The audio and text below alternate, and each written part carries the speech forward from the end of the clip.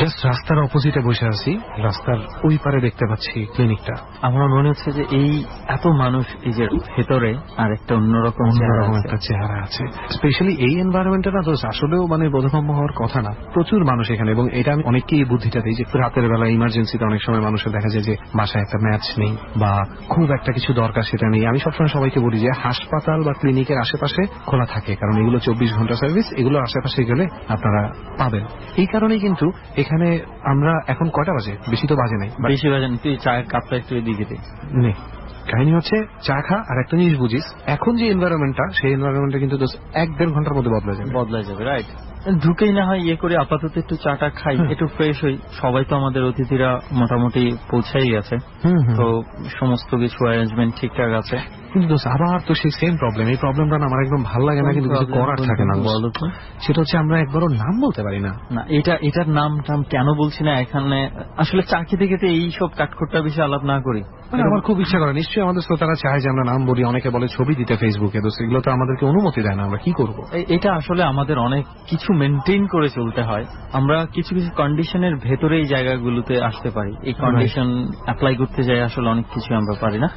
খরচ কমা, কন্ডিশন নেই যেখানে তুমি হচ্ছে বিলটা দাও। আর আরেকটা কথা যেটা হচ্ছে যে, আরেকটা কি কথা, আবার কি কথা কইতে চাস তুই? চায়ের বিল আমি দিলাম, চা তুই খাইলি, ধোয়া আমি খাইলাম। না আসলে তুই কি চাস? আর কি চাস? তুই বিল দিলি তো, সামনে কিন্তু ক্লিনিক আছে মামা, মায়েরা ময়রা মোমো, চিকিৎসা করতে সমস্যা হবে না। ভাবছিলাম চা আরো কয়েক কাপ খাবো। পকেটের অবস্থা খুব খারাপ মামা, চল ভিতরে চল। ডর টিম নিয়ে এবার আমরা উপস্থিত হয়েছি দক্ষিণ ঢাকার এক অজ্ঞাত ক্লিনিকে। So this is the room, না? This is the room. এই সেই রুম, যে রুমের জন্য আজকে এখানে আসছে। The double bed cabin. যদিও বেডগুলো আজকে হলিউডের হইতাম তাহলে এই নামে একটা মুভিও বের করে ফেলা যেত, The double bed cabin. যদিও বেডগুলা নাই, বেডগুলা সরে গেছে। বেডগুলা সরে যাওয়ার যে কারণটা, সেই কারণেই আমরা দুইজন আজকে এখানে, সেই সাথে আমাদের সাথে যারা আছেন সবাই আজকে আমরা এখানে। আসলে তুই কোনোদিন চিন্তা করছিস দোস্ত, মানে একটা হাসপাতাল কিন্তু it's a secure place for people, police station, হাসপাতাল, এই ধরনের জায়গাগুলোতে আমরা কি ভাবি যে আমরা মানে সেফটির জন্যই আসি। কেউ অসুস্থ হলে এখানে আসে ভালো হওয়ার জন্য, কেউ বিপদে পড়লে পুলিশ স্টেশনে যায় ভালো দিকটা নেওয়ার জন্য। অনেক প্রেক্ষাপটে আজকে কিছু কিছু এই যে জায়গাগুলো আমাদের খুব সেফটির হওয়ার কথা ছিল, এগুলা খুব ভয়ের মানে হয়ে যাচ্ছে আর কি। যেখানে সেখানে পথে ঘাটে আমার পেটটা গলাত বান্ধা ছিল, 21টা গিরো দেওয়া ছিল, গাড়ি দেওয়া নষ্ট হয়ে গেছে। ছবিটি গুড়ে আনছি, ড্রাইভারে বলতেছে যে গাড়ির যে পেট্রোলের যে পাইপটা লাগাইছে 2টা ক্লিপ যেমন ভাবে লাগাইছে, নতুন ক্লিপ কোন অবস্থাতে নাকি ছিঁড়া সম্ভব না, এটা বুঝে গেছি। 2বার হয়েছে একই অবস্থা। আমার বিশ্বাস যে আমি যে সমস্যা ফিল করতেছি হেরা মনে হয় চায় না যে আমি এসে সবার সাথে শেয়ার করি, আমার নিজের বিশ্বাস। আপনার কি ধারণা, আপনার মধ্যে মানে সমস্যাটা কি হতে পারে? সমস্যাটা হয়েছে আপনার আমার জিনগত সমস্যা, এটা আমার ধারণা, এবং আমার আম্মা প্রায়ই বলে যে আমি। মানে এই ধারণাটা আপনার কিভাবে হলো, মানে কোনো ঘটনা ঘটছিল? অবশ্যই আমি 2007 সালে ইন্টারমিডিয়েট পাস করে ধানমন্ডিতে একটা চাকরি নিয়েছিলাম স্টাডি সেন্টারে। এই চাকরি থেকে আমি আমার বাসায় আসছি দুর্গাপূজা উপলক্ষে।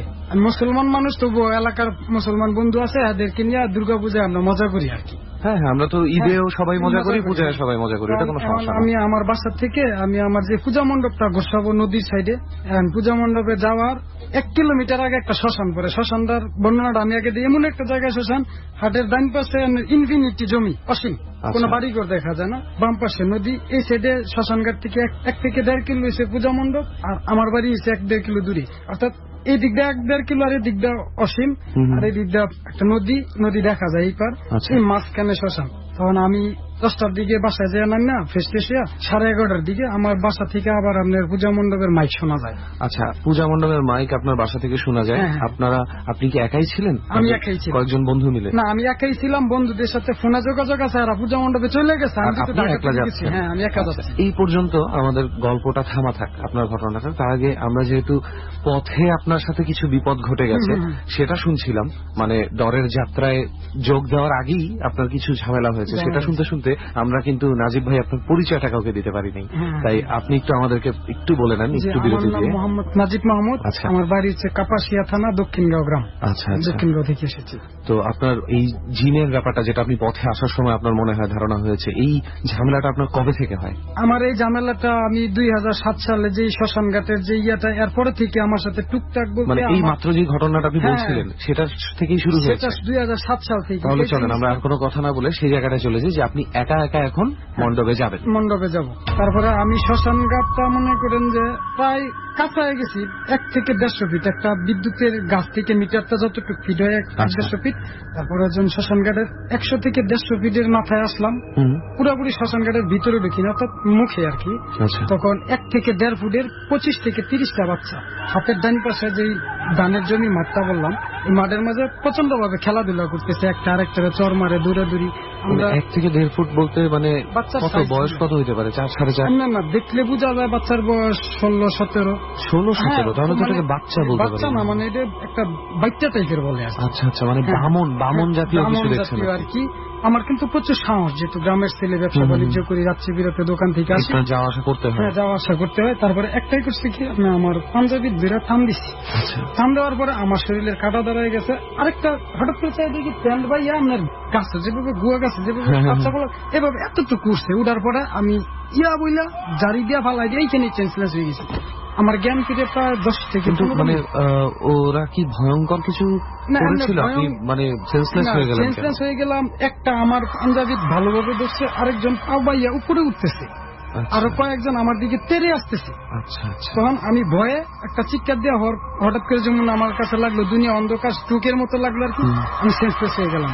সেখানে আমি 10 থেকে 15 মিনিট পরে যখন আমার জ্ঞান ফিরে, তখন দিয়ে আমি শ্মশানের রোডে নয়, আমি মেন রোডে পড়ে আছি। জ্ঞান ফিরার পরে দিকে তাকাইছি, চাই দিয়ে আপনার একটা কলা ক্ষেত আছে, কলা ক্ষেতের ভিতরে আমার একটা ফ্রেন্ড বেরিয়েছে। তখন কয়টা বাজে? এই 11:30টার সময় দেখছি, মানে 15 থেকে 20 মিনিট, 12:30 বাজে। আমি যখন সেন্সলেস থেকে যখন জ্ঞান ফিরে 12:30 বাজে, মানে আপনি 15-20 মিনিটের মতন অজ্ঞান ছিলেন। ততক্ষণে আবার আপনাকে কেউ রাস্তায় রেখে দিয়ে গেছে। যখন সজাগ হয়ে দেখি আমি যেই জায়গায় সেন্সলেস হয়েছি, শ্মশান ঘাটে না, আমি শ্মশান ঘাট থেকে এই মনে করেন যে প্রায় 300-400 ফিট দূরে মেন রুটটা, মেন রোডের মাঝে পড়ে আছি। শ্মশান ঘাটের ভিতর দিয়ে রাস্তা গেছে, আরেকটা রাস্তা সোজা চলে গেছে আরেকদিকে। এই মোড়টা ফিরে গেছি, সজাগ হইয়া চাই দিই কলাক্ষেতের ভিতর থেকে আমার একটা বন্ধু তৌহিদুল ইসলাম বের হইতেছে। আইসা অন্য সময় হার সাথে দেখা হইলে, আমি যেহেতু ঢাকা ছিলাম 2-3 মাস চাকরি করছি, অন্য সময় তার সাথে দেখা হইলে প্রথম কুলাগুলি করতো, হ্যান্ডশেক করতো, সিগারেট দিত। এদিন তার আচরণ আমার কাছে কিরকম লাগলো, একটু দূরে দূরে তাই দূরে থেকে আরে কি অবস্থা, কেমন আছো, তুই কি করছ? আমি তুই শুনছস না আমি চাকরি গেছি গা? পরে যেমন হ্যাঁ শুনছি শূন্য, যেমন না শোনার বান করা যেরকম এরকম। কথা বলতে বলতে শ্মশান ঘাট আবার পারে যেতেছি। তো যাওয়ার পথে হ্যাঁ বলতেছি যে তুই একলা কি লেগে করতে আইসস? আমি একলা না, আমার সাথে আরো 3টা ফ্রেন্ডের নাম বলছে, আরিফ, শরীফ, আরেকটা ছেলে আছে কাশেম। এগোর সাথে আসছি, হেরা পূজা মণ্ডপের ভিতরে আছে, চল আমরা যাই। তখন আমি বলছি যে শ্মশান ঘাটে আমি এই দেখছি। তুই একা আসছিস কিসের জন্য? নিয়ে আসতেন কে করে? সবাই ফোন দিছি, সবাই পূজা মণ্ডপে চলে গেছে। তারপরে আমি হ্যাঁ সাথে যাইলাম, যখন পূজা মণ্ডপের গেটের আলোটা দেখা যায় না, যাই বলতেছি কি যে দেখলে ভাই আমি তো পায়খানা করে আসছি, তা আমি একটু নদীর যাবো, পানি খরচ করতে। এটা বললে আমি কে ঠিক আছে তুই যা, আমি ভিতরে যাই হাগটে বিশ্রায় বার করি, ফোন নাম্বারে ফোন দিই মনে আমার নাম্বার আবার হ্যাঁ বলছি, আবার ফোন উঠায় না, বলছে যে আপনার নাম্বার আমার কাছে আছে। এতটুকু। তারপর আমি পূজা মণ্ডপের ভিতরে গেলাম, তৌহিদুল ইসলাম তো ঘাটে গেছে নদীতে পানি খরচ করতে। যাই হোক আমি ভিতরে গেলাম, হ্যাকটে ফেললাম, হ্যাকর সাথে কুলাকুলি করলাম, যেটা প্রথম তৌহিদের সাথে করা উচিত ছিল, যে 3 মাস পরে দেখা হয়েছে, আগে একসাথে পড়াশোনা করছি। যা বললাম হ্যাঁ, আমার ভাইরা জিজ্ঞেস করছে তুই এত রাত্রে রাখলা কিভাবে আইসো? সেই দিক দাইছস? আমার বাড়ি থেকে শ্মশান ঘাট ছাড়া যে রাস্তাটা পূজা মণ্ডপের, ওইটা আবার বহু দূর, প্রায় 3-4 কিলো ঘুরে যেতে হইব যদি ভালো জায়গা দেওয়া যায়। কিন্তু শ্মশান ঘাটের ভিতরটা হচ্ছে শর্টকাট, একদম শর্টকাট রাস্তা, আমার বাসা থেকে মাইক শোনা যায় আর কি। তারপর বললাম যে তৌহিদুল ইসলামের সাথে, আর তো শূন্য বাবা কি বলিস, 3 দিন আগে গাজীপুর রোড অ্যাক্সিডেন্টে মারা গেছে, জলছিরি গাড়ির নিচে বসছে তৌহিদুল ইসলাম। তখন আমার এই যে ভাই এখন শরীরে কাটা খাড়া গেছে। তখন আমি জিনিসটা বাসায় এসে শেয়ার করছি, পরে মা অনেক বকাঝকা করে, মা বলছে যে তোর বন্ধু তারা বাঁচাইছে, আনলে তোর অবস্থা খুব খারাপ হতো।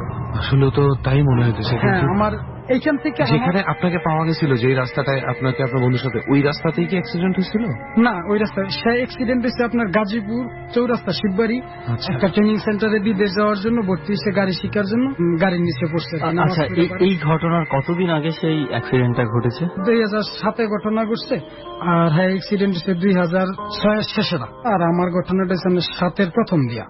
তার মানে ঢাকা খুব বেশি ছিলাম। একটা গ্যাপ নাই। আপনি খবরও পাননি যে এই ঘটনা ঘটে? না, আমি খবর পাই নাই, কারণ আমি ঢাকা আপনার ছিলাম সাথে তো দেখাই হয়েছে আপনার ওই ফ্রেন্ডের অনেক দিন পর। অনেকদিন পর। মানে ওনার সাথে আসলে পড়াশোনা শেষ করার পরে তেমন একটা কানেকশন তেমন একটা কানেকশন ছিল না আর কি। তহিদুল ইসলামের বাসা ছিল আমার এটা দক্ষিণগাঁও গ্রাম, তার এটা কালিয়াবর গ্রাম, দুইটা ভিন্ন গ্রাম। পড়তাম আবার একই প্রতিষ্ঠানে, আচ্ছা। মাদ্রাসার লাইনে। আমরা এসএসসি পর্যন্ত পড়ে আবার আলাদা হয়ে গেছে। তো নাজিব ভাই, এই ঘটনা থেকে আপনার কিছু ঝামেলা শুরু হয় তারপর হ্যাঁ, থেকে। হ্যাঁ। যাই হোক, এটা ছিল আপনার হ্যাঁ, প্রথম ঘটনা, তাই তো? প্রথম ঘটনা। রাজীব ভাই, ডট টিমের কাছে তো আমরা শুনেছিলাম আরো কিছু ঘটনাও আছে আপনার, হ্যাঁ, তো আমরা কি এবার সেই ঘটনাটা শুনতে পারি? হ্যাঁ, অবশ্যই। এই ঘটনাটা হচ্ছে, এই ঘটনা ঘটার 1 থেকে 1.5 বছর পর আমি, আমার এক বন্ধু জাহাঙ্গীর, আরিফ, 3 জন লোক একটা জায়গায় বসা ছিলাম। পিছনে একটা কবর, সামনে 3 থেকে 400 ফিট সামনে একটা কবর। জায়গাটা কোথায়? এই জায়গাটা হচ্ছে আমাদের কাপাসিয়া থানারই আরেকটা গ্রামে, আড়াল গ্রাম বলে, আমাদের গ্রামের অন্য গ্রাম। আমরা বিকালবেলা ঘুরতে গেছি তো, হাঁটতে হাঁটতে ক্লান্ত, তো এমন একটা সময় বসছি, সূর্যটা পশ্চিমের কাছে লাল ভাবে হেলে মানে বসছে। বিকেলের দিকে? হ্যাঁ, আপনার বিকেলে, বলতে সন্ধ্যা মানে 20 মিনিট আগে। কাপাসিয়ার গ্রামে পার্সোনালি কয়েকবার গিয়েছে এবং ডট টিমের সাথে আমরা একবার গিয়েছিলাম, একটা গাব গাছের হ্যাঁ। ঘটনা ছিল। তো আমরা যতটুকু জানি যে গ্রামটা অনেক নীরব একটা গ্রাম, অনেক এবং নীরব, হ্যাঁ। জনবসতি খুব ফাঁকা তারপরে ফাঁকা। জিল আছে, আমরা আরেকটা- ট্যাগ চিলা। আরেকটা জিনিস দেখ, এই যে এই সময়টা কিন্তু আমরা প্রায়ই পাই, Right. অনেক ঘটনার মধ্যে এই সময়টা পাই। এই এটা যে সময়টা। একটা প্রহর, এতে আর কোনো সন্দেহ নেই। সন্দেহ নেই। ঠিক সন্ধ্যার আগে আগে এই সময়টাতে, মানে আধো আলো আধো অন্ধকার, যেটা আপনি যেটা বলছিলেন যে আপনারা যেখানে বসেছিলেন এর পেছনেই হচ্ছে কবর। পিছনে একটা কবর। এই কবরটা আবার আশেপাশে একটা আর কোনো- ফকিরের ছিল, আগে ফকিরি লাইনে চলাফেরা করতে আর কি। আচ্ছা। সম্ভবত এইখানে একটা মাজার দিব, সবসময় লাল কাপড় টানায় থাকে, তো প্রতিষ্ঠিত একটু দেরি আচ্ছা, লাগবে। আশেপাশে কোনো জনবসতি বা কোনো ঘর ভাড়া? অনেক দূরে, এটা একটা জিলের পাশে আর কি। ওকে। আচ্ছা। জিল সাপ্লাস ফুল টুল তারপরে ফুটেছে, খুব আপনারা সুন্দর মানে পরিবেশ। খুব সুন্দর ওই পরিবেশে সন্ধ্যার হ্যাঁ, ঠিক আগে আগে আমরা বসে আছেন 3 জন তিন বসে বন্ধু। গল্প করতেছি। তো আমাদের সামনের যে কবরটা, এটা 300-400 ফিট দূরে। এই কবরের আবার বিষ খাইয়া একটা মেয়ে মারা গেছে। এইখানে লোকমুখে শুনছি, যেহেতু এটা আমাদের গ্রামের পাশের গ্রাম, এখানে নাকি অনেক কান্নার শব্দ শোনা যায় কবরের পাশ থেকে। রাতে 2টা-3টার দিকে যেসব মহিলারা বাইরে বের হয় এদের প্রস্রাব পায়খানা করার জন্য, তারা নাকি শোনে এইগুলো। আমরা ওটা কি হচ্ছে ওই মেয়েটাকে ওই মেয়েটার কবরের, হ্যাঁ, কবরের কাছ থেকে এই শব্দ আসে। তা আমরা যেটা বলতে বলছি, হঠাৎ করে জাহাঙ্গীর আমার একটা চিমটি কাটলো, আমার একটা আঙ্গুল দিয়ে দেখাইলো যে ওই দে। এ নিয়ে আর কোনো কথা নাই। আমি দেখে তো আবার একটা লোক, আপনার নিচের অংশ নাই, মাটি দিয়ে হেসে হেসে আইসা আমাদের পাশ দিয়ে, আমরা দেখতেছি ঘুরে, আমাদের পাশ দিয়ে পিছনে আবার ওই যে কবরটা বলছি, আর পিছনে 2-4টা সুপারি গাছের সাইডে গিয়ে জিনিস আর দেখতে পারি না। আপনাদের চোখের সামনে? আমাদের চোখের সামনে 3 জন প্রত্যক্ষ করছি। আর মাঝে আরিফ যে ছিল, হ্যাঁ, আমার সাথে আসতে চাইছিল এখানে, আচ্ছা আচ্ছা। ঘটনার সাথে ছিল। তার সাথেও নাকি আরো কিছু ঘটনা আছে। কোনো একদিন আসবেন হয়তো। কোনো একদিন হয়তো আমরা ইনশাআল্লাহ। আরিফকেও নিয়ে আসবো।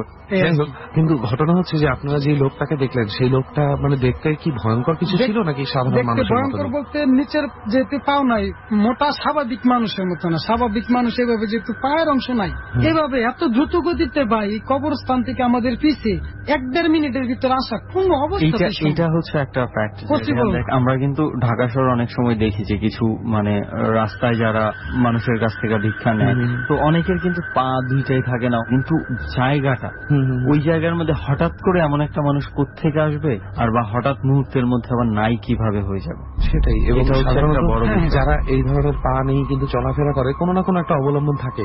এরকম নিশ্চয়ই মাটিতে শেষে হাঁটবে না। আর একটা মানুষ ওখানে যাওয়ার কোনো কারণও নেই, আর এত ফাঁকা একটা জায়গায় গেলে অনেক আগে থেকে ওনাদের দেখার কথা ছিল। তারপরে ভাইয়া জাহাঙ্গীরদের বাড়ি আবার এই যে ঘটনা ঘটছে যে জায়গায়, এখান থেকে 1/2 কিলো ভিতরে, হ্যাঁ, পরে খুবই ভয় পাইতেছে। কয় ভাই এই জায়গাটা ভালো না, আমি এটা সম্পর্কে ভালো জানি, চলো এখান থেকে উঠে পড়ো। এখান থেকে আসলাম, বাজারে এসে আড্ডা দিয়ে বাড়িতে গেলাম, খাওয়া দাওয়া সবকিছু শেষ করলাম। 11:30টার দিকে যাইয়া শুয়ে আমি বিটিভি দেখি আর কি। আমাদের ডিসলাইন নাই তো, বিটিভি 12টা পর্যন্ত অনুষ্ঠান এবার বন্ধ করে লাই। টেলিভিশন বন্ধ করলে আপনার ঘুম আসতে আসতে আধা ঘন্টা 1 ঘন্টা লাগে। তন্দ্রাচ্ছন্ন ভাব, নিজের রুমে শুয়ে রয়েছি।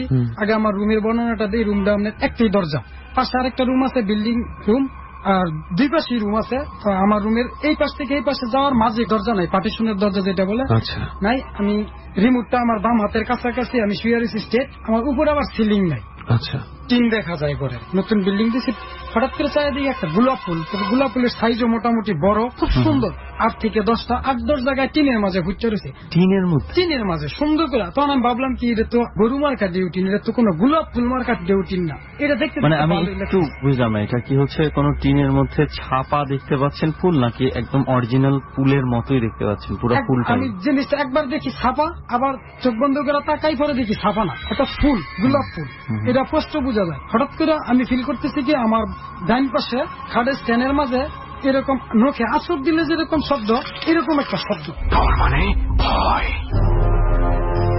চারিদিকে একটা গোলাপ ফুল, তবে গোলাপ ফুলের সাইজও মোটামুটি বড়, খুব সুন্দর। 8 থেকে 10টা 8-10 জায়গায় টিনের মাঝে ফুটে রয়েছে, টিনের মধ্যে, টিনের মাঝে। জিনিসটা একবার দেখি ছাপা, আবার চোখ বন্ধ করে তাকাই, পরে দেখি ছাপা না, অর্থাৎ ফুল, এটা স্পষ্ট বোঝা যায়। হঠাৎ করে আমি ফিল করতেছি কি আমার ডাইন পাশে খাটের স্ট্যান্ডের মাঝে এরকম নখে আছর দিলে যেরকম শব্দ, এরকম একটা শব্দ।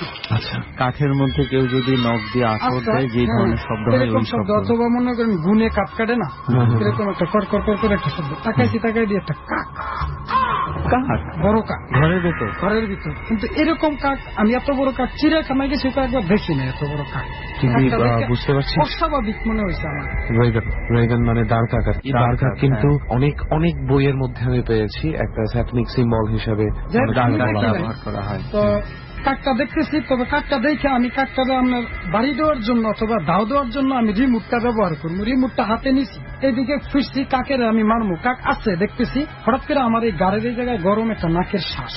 এদিকে ফিরছি, ফিরে দিয়ে যে 2007 সালে শ্মশানে যে বাইকটা, যে বাচ্চা আমার বাসায় যে বাচ্চা পোলাপান বয়স্ক, এর একটা শুয়ে রয়েছে আমার ঠিক পাশের যে খালি জায়গাটা, 2-3 জনে খাটতো। ভাই দেখায় এত ভয় পাইছি, হাসি দিছে খুব কর্কশ বাসায়, অর্থাৎ হাসিটা তার বয়সের সাথে ম্যাচিং খায় না। হাসিটা খুবই আস্তে দিয়ে আপনার চোখটা আমার দিকে চাইছে, পড়ে মনে হচ্ছে যে 2টা গাড়ি ক্রস হইলে একটা গাড়ি এদিকে ফাঁস করে লাইট মাইরা আবার আস্তে করে নিবা লাইট, চোখটা এরকম একটা লাইটিং দিছে। দেওয়ার পরে আমি আল্লাহু আকবার কইরা জোরে চিগলাম দিয়ে চেঞ্জেস হয়ে খাটের থেকে নিচে পড়ে যায়।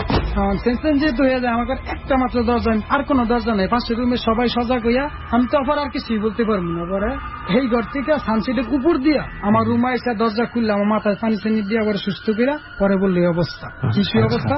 তাহারা বলার পরে আমরা সবাই পদ্ধতি করছি খাটের ওই যে স্ট্যান্ডের নিচের যে পায়াটা বলে খাটের পায়ার মধ্যে মোটামুটি যেই সাইজের একটা ব্যাং, এটা আপনার কুনি বাঙা না, আমরা তো গ্রাম অঞ্চলে বিভিন্ন কালারের ব্যাং দিই, কালারটাই ডিফারেন্স, অন্য কালার সাইজের এই ব্যাংকটা। অর্থাৎ এত বড় ব্যাংক আমার রুমের ভিতরে আসা পসিবল না, কোন অবস্থাতেই সম্ভব না, দরজার নিচে দিয়ে আসা, অন্য কিছু আসতে পারবো না। মানে এত ছোট জায়গা। তারপরে আমার রুমের ভিতরে আবার একটা গুয়া গাছের একটা লোলের মতো লাড়ি থাকে, আমি চাচ্ছিলাম এরকম। আব্বাই জিনিস বুঝতে পারছে যে জিনিসটা কি, আব্বাই দেয় নাই, তারা এখানে বসে কথা বলতেছে, দরজা খোলা, ব্যাংক যে কোন দিক দিয়ে বাড়িয়েছে এই কথাটা তো বলার আধা ঘন্টা 1 ঘন্টা পরে ফজরে আজান দিছে। পরে আর ব্যাংকটাও বিশ্রায় পাই নাই। পরের দিনের থেকে 2-3 দিন জ্বর ছিল। আমাদের এখানে কাদির দাদা নামের এক কবিরাজ আছে, তার কাছ থেকে ঝাড়ফুঁক করলাম, মোটামুটি সুস্থ হইলাম। আচ্ছা, আমি একটু এখানে কয়েকটা জিনিস আমার একটু কনফিউশন হয়ে গেছে। আপনি যখন বলছিলেন কাকটা দেখছেন, এরপরে হঠাৎ করে আবার নিঃশ্বাস, মানে মানুষের নিঃশ্বাস, গরম একটা নিঃশ্বাস আমারই খুব গাড়ির কাছে। আমার বালিশের পাশে কোন বাচ্চাগুলোর কথা বলছেন? ওই যে 2007 সালে আমি শ্মশানঘাটে যে প্রথম যে ঘটনাটা বলছি, শ্মশানঘাটে আমার যে রাস্তা, যে বাচ্চাগুলো আমার পাও বেয়ে উপরে উঠতেছিল, আমার ভর্তি ওই বাচ্চাগুলো, ওই সেম বাচ্চা।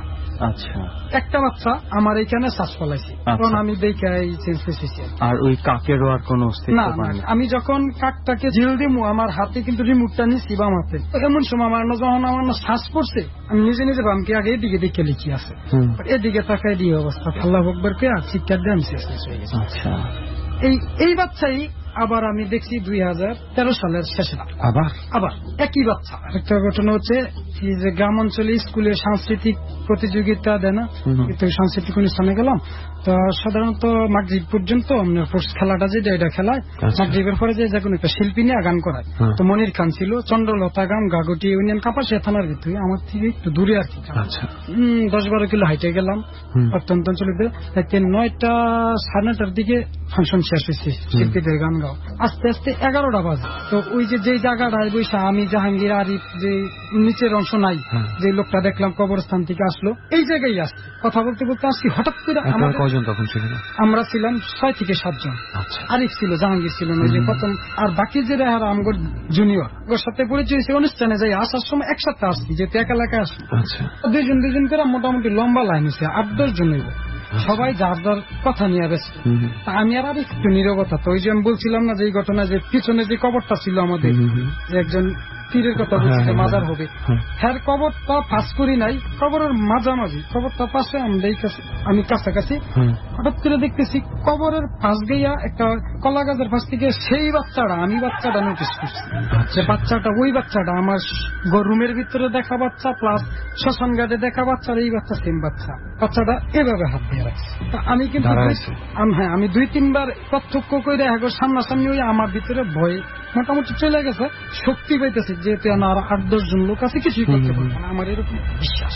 তখন আমি আরেকটা বলতেছি যে আরে এই বাচ্চাটা কার, আরেকটা বলতেছি কি আমাদের এখানে একটা প্রতিবন্ধী বাচ্চা আছে, হ্যাঁ বলতেছি কি এটা মনে হয় রাইতে যেহেতু এত রাত পরে আমার এই বাচ্চা ছাড়া আর খেলায় রূপনের ফলা প্রতিবন্ধী কি মানুষ দেখলে কামড় মারে, এমন একটা বাচ্চা আছে। যখন আমি খুব ভালোভাবে জিনিসটা লক্ষ্য করার চেষ্টা করি, তখন ভাই বিশ্বাস করবেন না, বাচ্চাটা এমন ভাবে একটা বাউতি আছে না, মানে গাড়ি একটা গাড়ি আরেকটা গাড়ি অ্যাক্সিডেন্টের হওয়ার অবস্থায় যেমন 5 কাটায় চলে যায়, আমাদের থেকে এইভাবে 5 কাটা, 5 কাটা আমার 2 জনের থেকে সামনের যে লোকগুলো আছে, একটা লোকের থেকে আরেকটা লোকের দূরত্ব একদিক গ্যাস অর্থাৎ 6 ইঞ্চি পাশাপাশি যেতেছে, 6 ইঞ্চির ভিতর দিয়ে বাচ্চাটা যায়, কিন্তু তাদের শরীর লাগে না, না না তারা টের পাইতেছে না, তারা লক্ষ্যই নাই, হারা ঠিকই কথা বলতেছে। আমি জিনিসটা নোটিস করতেছি 6 ইঞ্চি একটা ফাঁকা দিয়ে একটা বড় সড়ো বাচ্চা মানে জায়গা, কিন্তু তাদের সাথে মাছ দিয়া যায়, যাই আবার ঘুরাইয়া আমাদের পিছন দিয়ে আবার আমগর 2 জনের মাছ দেওয়া যায়। তখন তো জিনিসটা আমার খুবই অস্বাভাবিক মনে হইতেছে। তখন আমি চিন্তা করতেছি দেখি নিচের অংশ পরে যেটা দেখলাম, নিচের অংশ আছে না, পা দেখা যায়, এবার পা দেখা যায় হাতার অংশ উল্টা। যখন তার মুখের দিকে তাকাইছি না, আমার অনেক হিজড়া টাইপের মায়াগর দিকে তাকাইলে দেখছেন না মুখের কিরকম একটা মটকান মারে, এরকম একটা বিশ্রী একটা মটকান দিচ্ছে। তার হাতও বাইর করে না, এভাবে রাখছে না, পুরোপুরি মানে এভাবে রাখছে বকুল তলায় এভাবে গুলিয়ে রাখছে।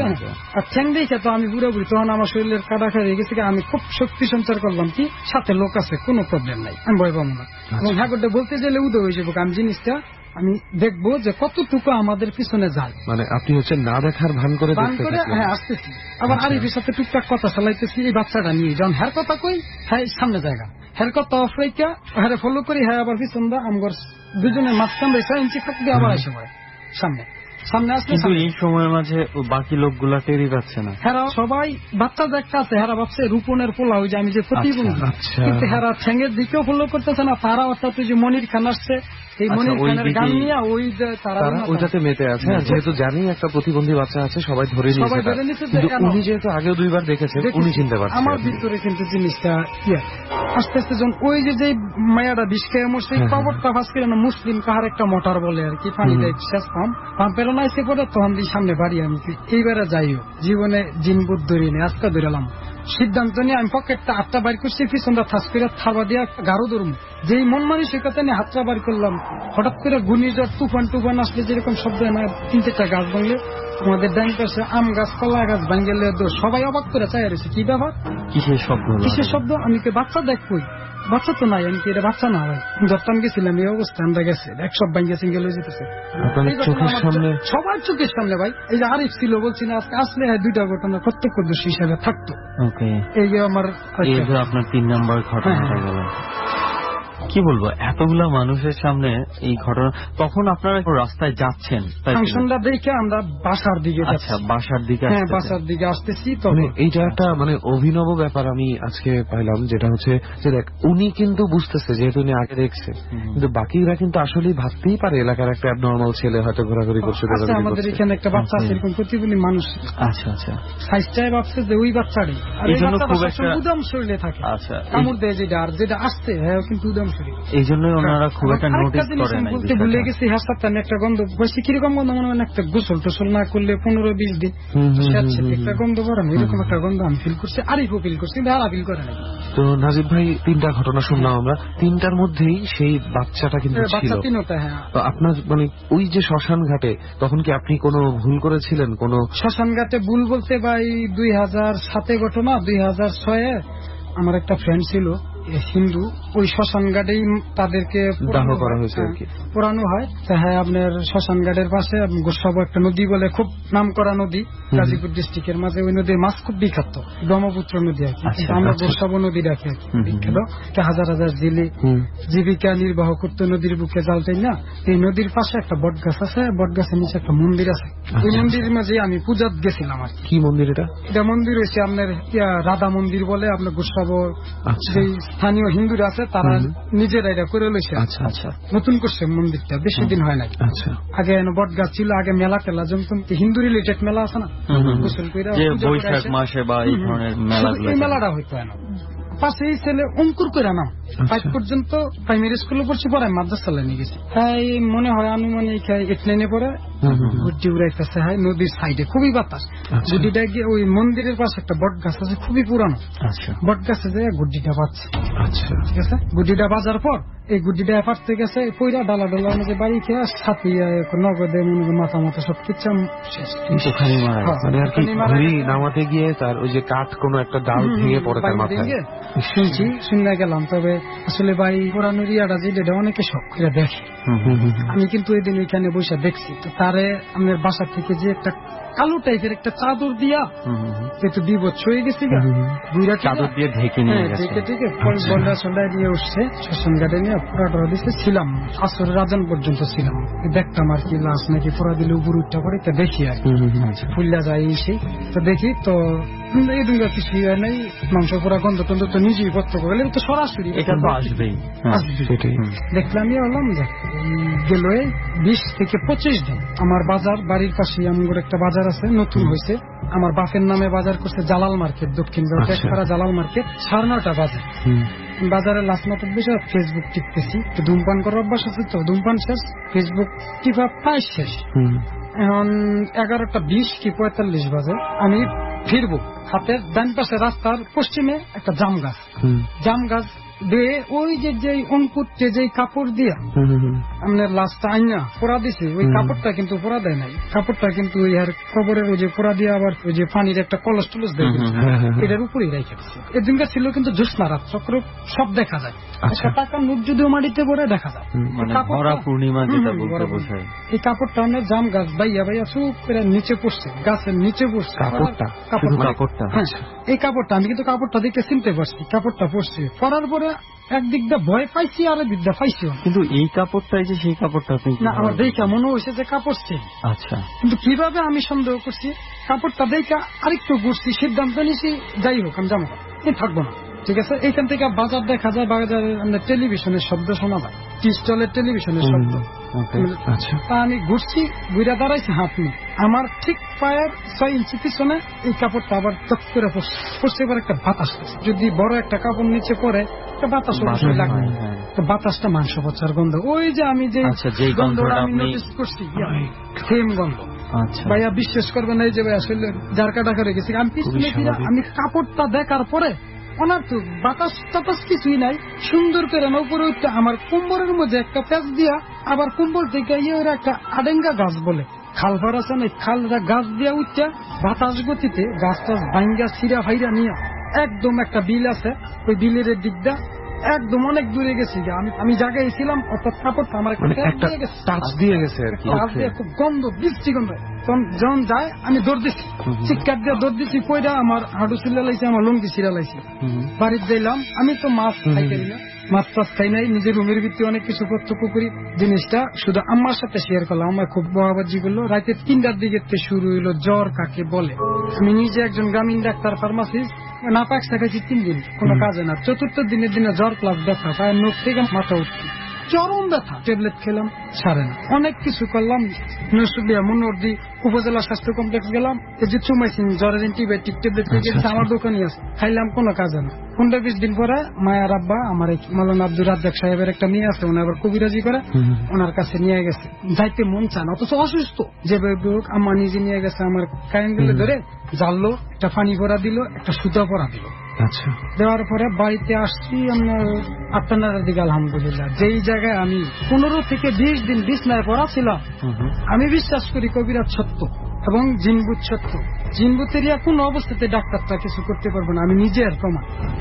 এই যে সুতাটা দিছিল বলছিল মিনিমাম 1 থেকে 1.5 মাস রাখার জন্য। 1-1.5 মাস হয় নাই, আজকে এই সুতাটা আমি এখানে আসার সময় আমার গলা থেকে গায়ে, আর আমার এই গাড়িটা নষ্ট এর জন্য বলছি আমি এখানে এসে। আমার মনে হয় এখানে তৃতীয় শক্তি চায় না। আর আমার রুমের ভিতরে আরেকটা জিনিস মিস করছি, একদিন ভাবি এই রমজান মাসে ভাবি খাইতে বসে, আচ্ছা ভাবি আমি দেখতেছি পাকঘরে খাইতে বসে, গ্রামাঞ্চল প্রায় এক রুম তার খাই না, আলাদা রুম। আমি ভাবিরে দেখতেছি খাইতে বসে, ভাবি ছোট ভাই আমি আগে একটু খাই আগে আসা বসে আইসা বাইরে গিয়ে একটা বিড়ি খেয়ে রুমে গেছি, রুমে গিয়ে শুয়েছি। আমি তো একটু পরে তো আব্বাই ডাহাডাই করবো, দরজার লক করতাম না, দরজা মেলাই ভাবি কিন্তু এই করে খাইতেছি, শুয়েছি পরে আমার আলনা স্ত্রী করতে ভাবি দাঁড়িয়ে গেছে। সাথে সাথে আমি বারিন্দাতে এই করে গেছি, ভাবি খাইতেছি অবাক, আমি অবাক। সেদিন মায় পরে আমার কইতেছে, ও এর আগে একটা তাবিজ আনছিলাম আমাদের ইয়া কাদির দাদা বলছি না, কাদির দাদা একটা তাবিজ নিয়ে, এই তাবিজটা প্রায় 1 থেকে 1.5 বছর পরে শেষ। যে ট্রিটমেন্ট গুলাই করছি, ট্রিটমেন্ট গুলাই শেষ হয় আবার শুরু হয় আমার সাথে ঘটনা।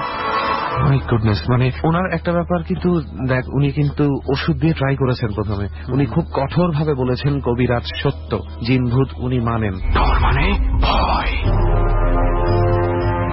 কিন্তু ওষুধ দিয়ে ট্রাই করেছেন প্রথমে। উনি খুব কঠোর ভাবে বলেছেন কবিরাজ সত্য, জিনভূত উনি মানেন। হ্যাঁ, এই কথাটা হয়তো অনেক শ্রোতা বন্ধুর মাথায় ঘুরতে পারে, মানে যেহেতু আপনারা ডরের মতন একটা প্রোগ্রামে এটা শুনছেন, এবিসি রেডিওর মতন নাম করা একটা রেডিও স্টেশন শুনছেন, আপনারা এখানে যাই শুনবেন তাই আপনাদের কাছে অনেক সত্য মনে হতে পারে। বাট একটা কথা ঠিক, উনি কিন্তু অনেক যাচাই বাছাইয়ের পরে সব রকম চিকিৎসা, যেভাবে উনি ওষুধের নামগুলো বলেছেন, নাপা থেকে শুরু করে অ্যাজিথ্রোমাইসিন পর্যন্ত সব ট্রাই করার পরে যখন যায়নি, তখন কিন্তু তার বিশ্বাসটা কাজে লেগেছে ওই কবিরাজের চিকিৎসায়, এবং ওই বিশ্বাসটা কিন্তু 50% তাকে ঠিক করেছে, বাকি 50% হয়তো বা সেই কবিরাজের বিষয়টা। আর মানে এই বিষয়গুলো আমরা কেন বারবার বলি, কারণ কবিরাজ সত্য উনি কথাটা বলেছে, যদিও আমরা কথাটার সাথে একমত না টোটালি, এটা সম্পূর্ণ তার পার্সোনাল ব্যাপার। এটাতে এবিসি রেডিও কিংবা ডট টিম এটা কখনোই আমরা এগ্রি করি না। প্রথমে আমরা সবসময় প্রিফার করি আপনার কোন অসুখ হলে আপনি প্রথমে ডাক্তারের কাছেই যান, তারপরে কি করবেন সেটা আপনার সম্পূর্ণ পার্সোনাল ওপিনিয়ন, আপনি নিজে পার্সোনালি কি করতে চান। বাট আমরা কখনোই এই সত্যতা বা এটা আমরা মানে জাস্টিফাই করছি না, আমরা জাস্টিফাই করতে পারি না আসলে ব্যাপারগুলো। আর একটা ব্যাপার হচ্ছে, একটা জিনিস বলে রাখা উচিত, যেমন আমি মনে হয় ডরের কোন এক এপিসোডে এটা বলেও ছিলাম যে অনেক সময় কিন্তু ইচ্ছাকৃতভাবে মানসিক অবস্থান চিন্তা করে চিকিৎসা করা হয়। ফর এক্সাম্পল, একটা লোক ভয় পাচ্ছে, সে বিশ্বাস করে না যে ডাক্তার তাকে সারাতে পারবে। অনেক সময় দেখা যায় যে ইচ্ছাকৃতভাবেই কবিরাজকে নিয়ে আসা হয়, কারণ তার বিশ্বাস কবিরাজ বললে চলে যাবে। ওটাও কিন্তু একটা চিকিৎসা। অবশ্যই সেই কবিরাজ অবশ্যই একজন ট্যালেন্টেড মানসিক রোগের বিশেষজ্ঞ, এবং সে তার সিস্টেমে ওই রোগটা মানসিক চিকিৎসাই সে দিয়ে থাকে, সেটা হচ্ছে কবিরাজি নামে হয়তো এটা চলে আসে। যাই হোক, এটার আমরা আবারও বলি যে এটা আমরা কোনোভাবেই এই বিষয়গুলোকে জাস্টিফাই করছি না, কোনোভাবেই। তবে কারোর সাথে যদি এ ব্যাপারে পজিটিভ কিছু ঘটে, সেটাকে আমরা জাস্টিফাই করতে যাব না। রাইট, সেটাই। পজিটিভ কিছু যদি ঘটে থাকে এটা সম্পূর্ণ তাদের ব্যাপার, তারা আদৌ পজিটিভ কতটুকু ঘটেছে এটা আসলে আমরা যেহেতু দেখিনি, তো আমরা সেভাবে বলতেও পারছি না, আমাদের কাছে প্রুফ যেহেতু এটা নেই। তো আমরা এই বিষয়টা প্লিজ আবারও বলি যে ডরে শুনে আপনি অন্ধভাবে কোনো কবিরাজকে বিশ্বাস করতে যাবেন কখনোই না।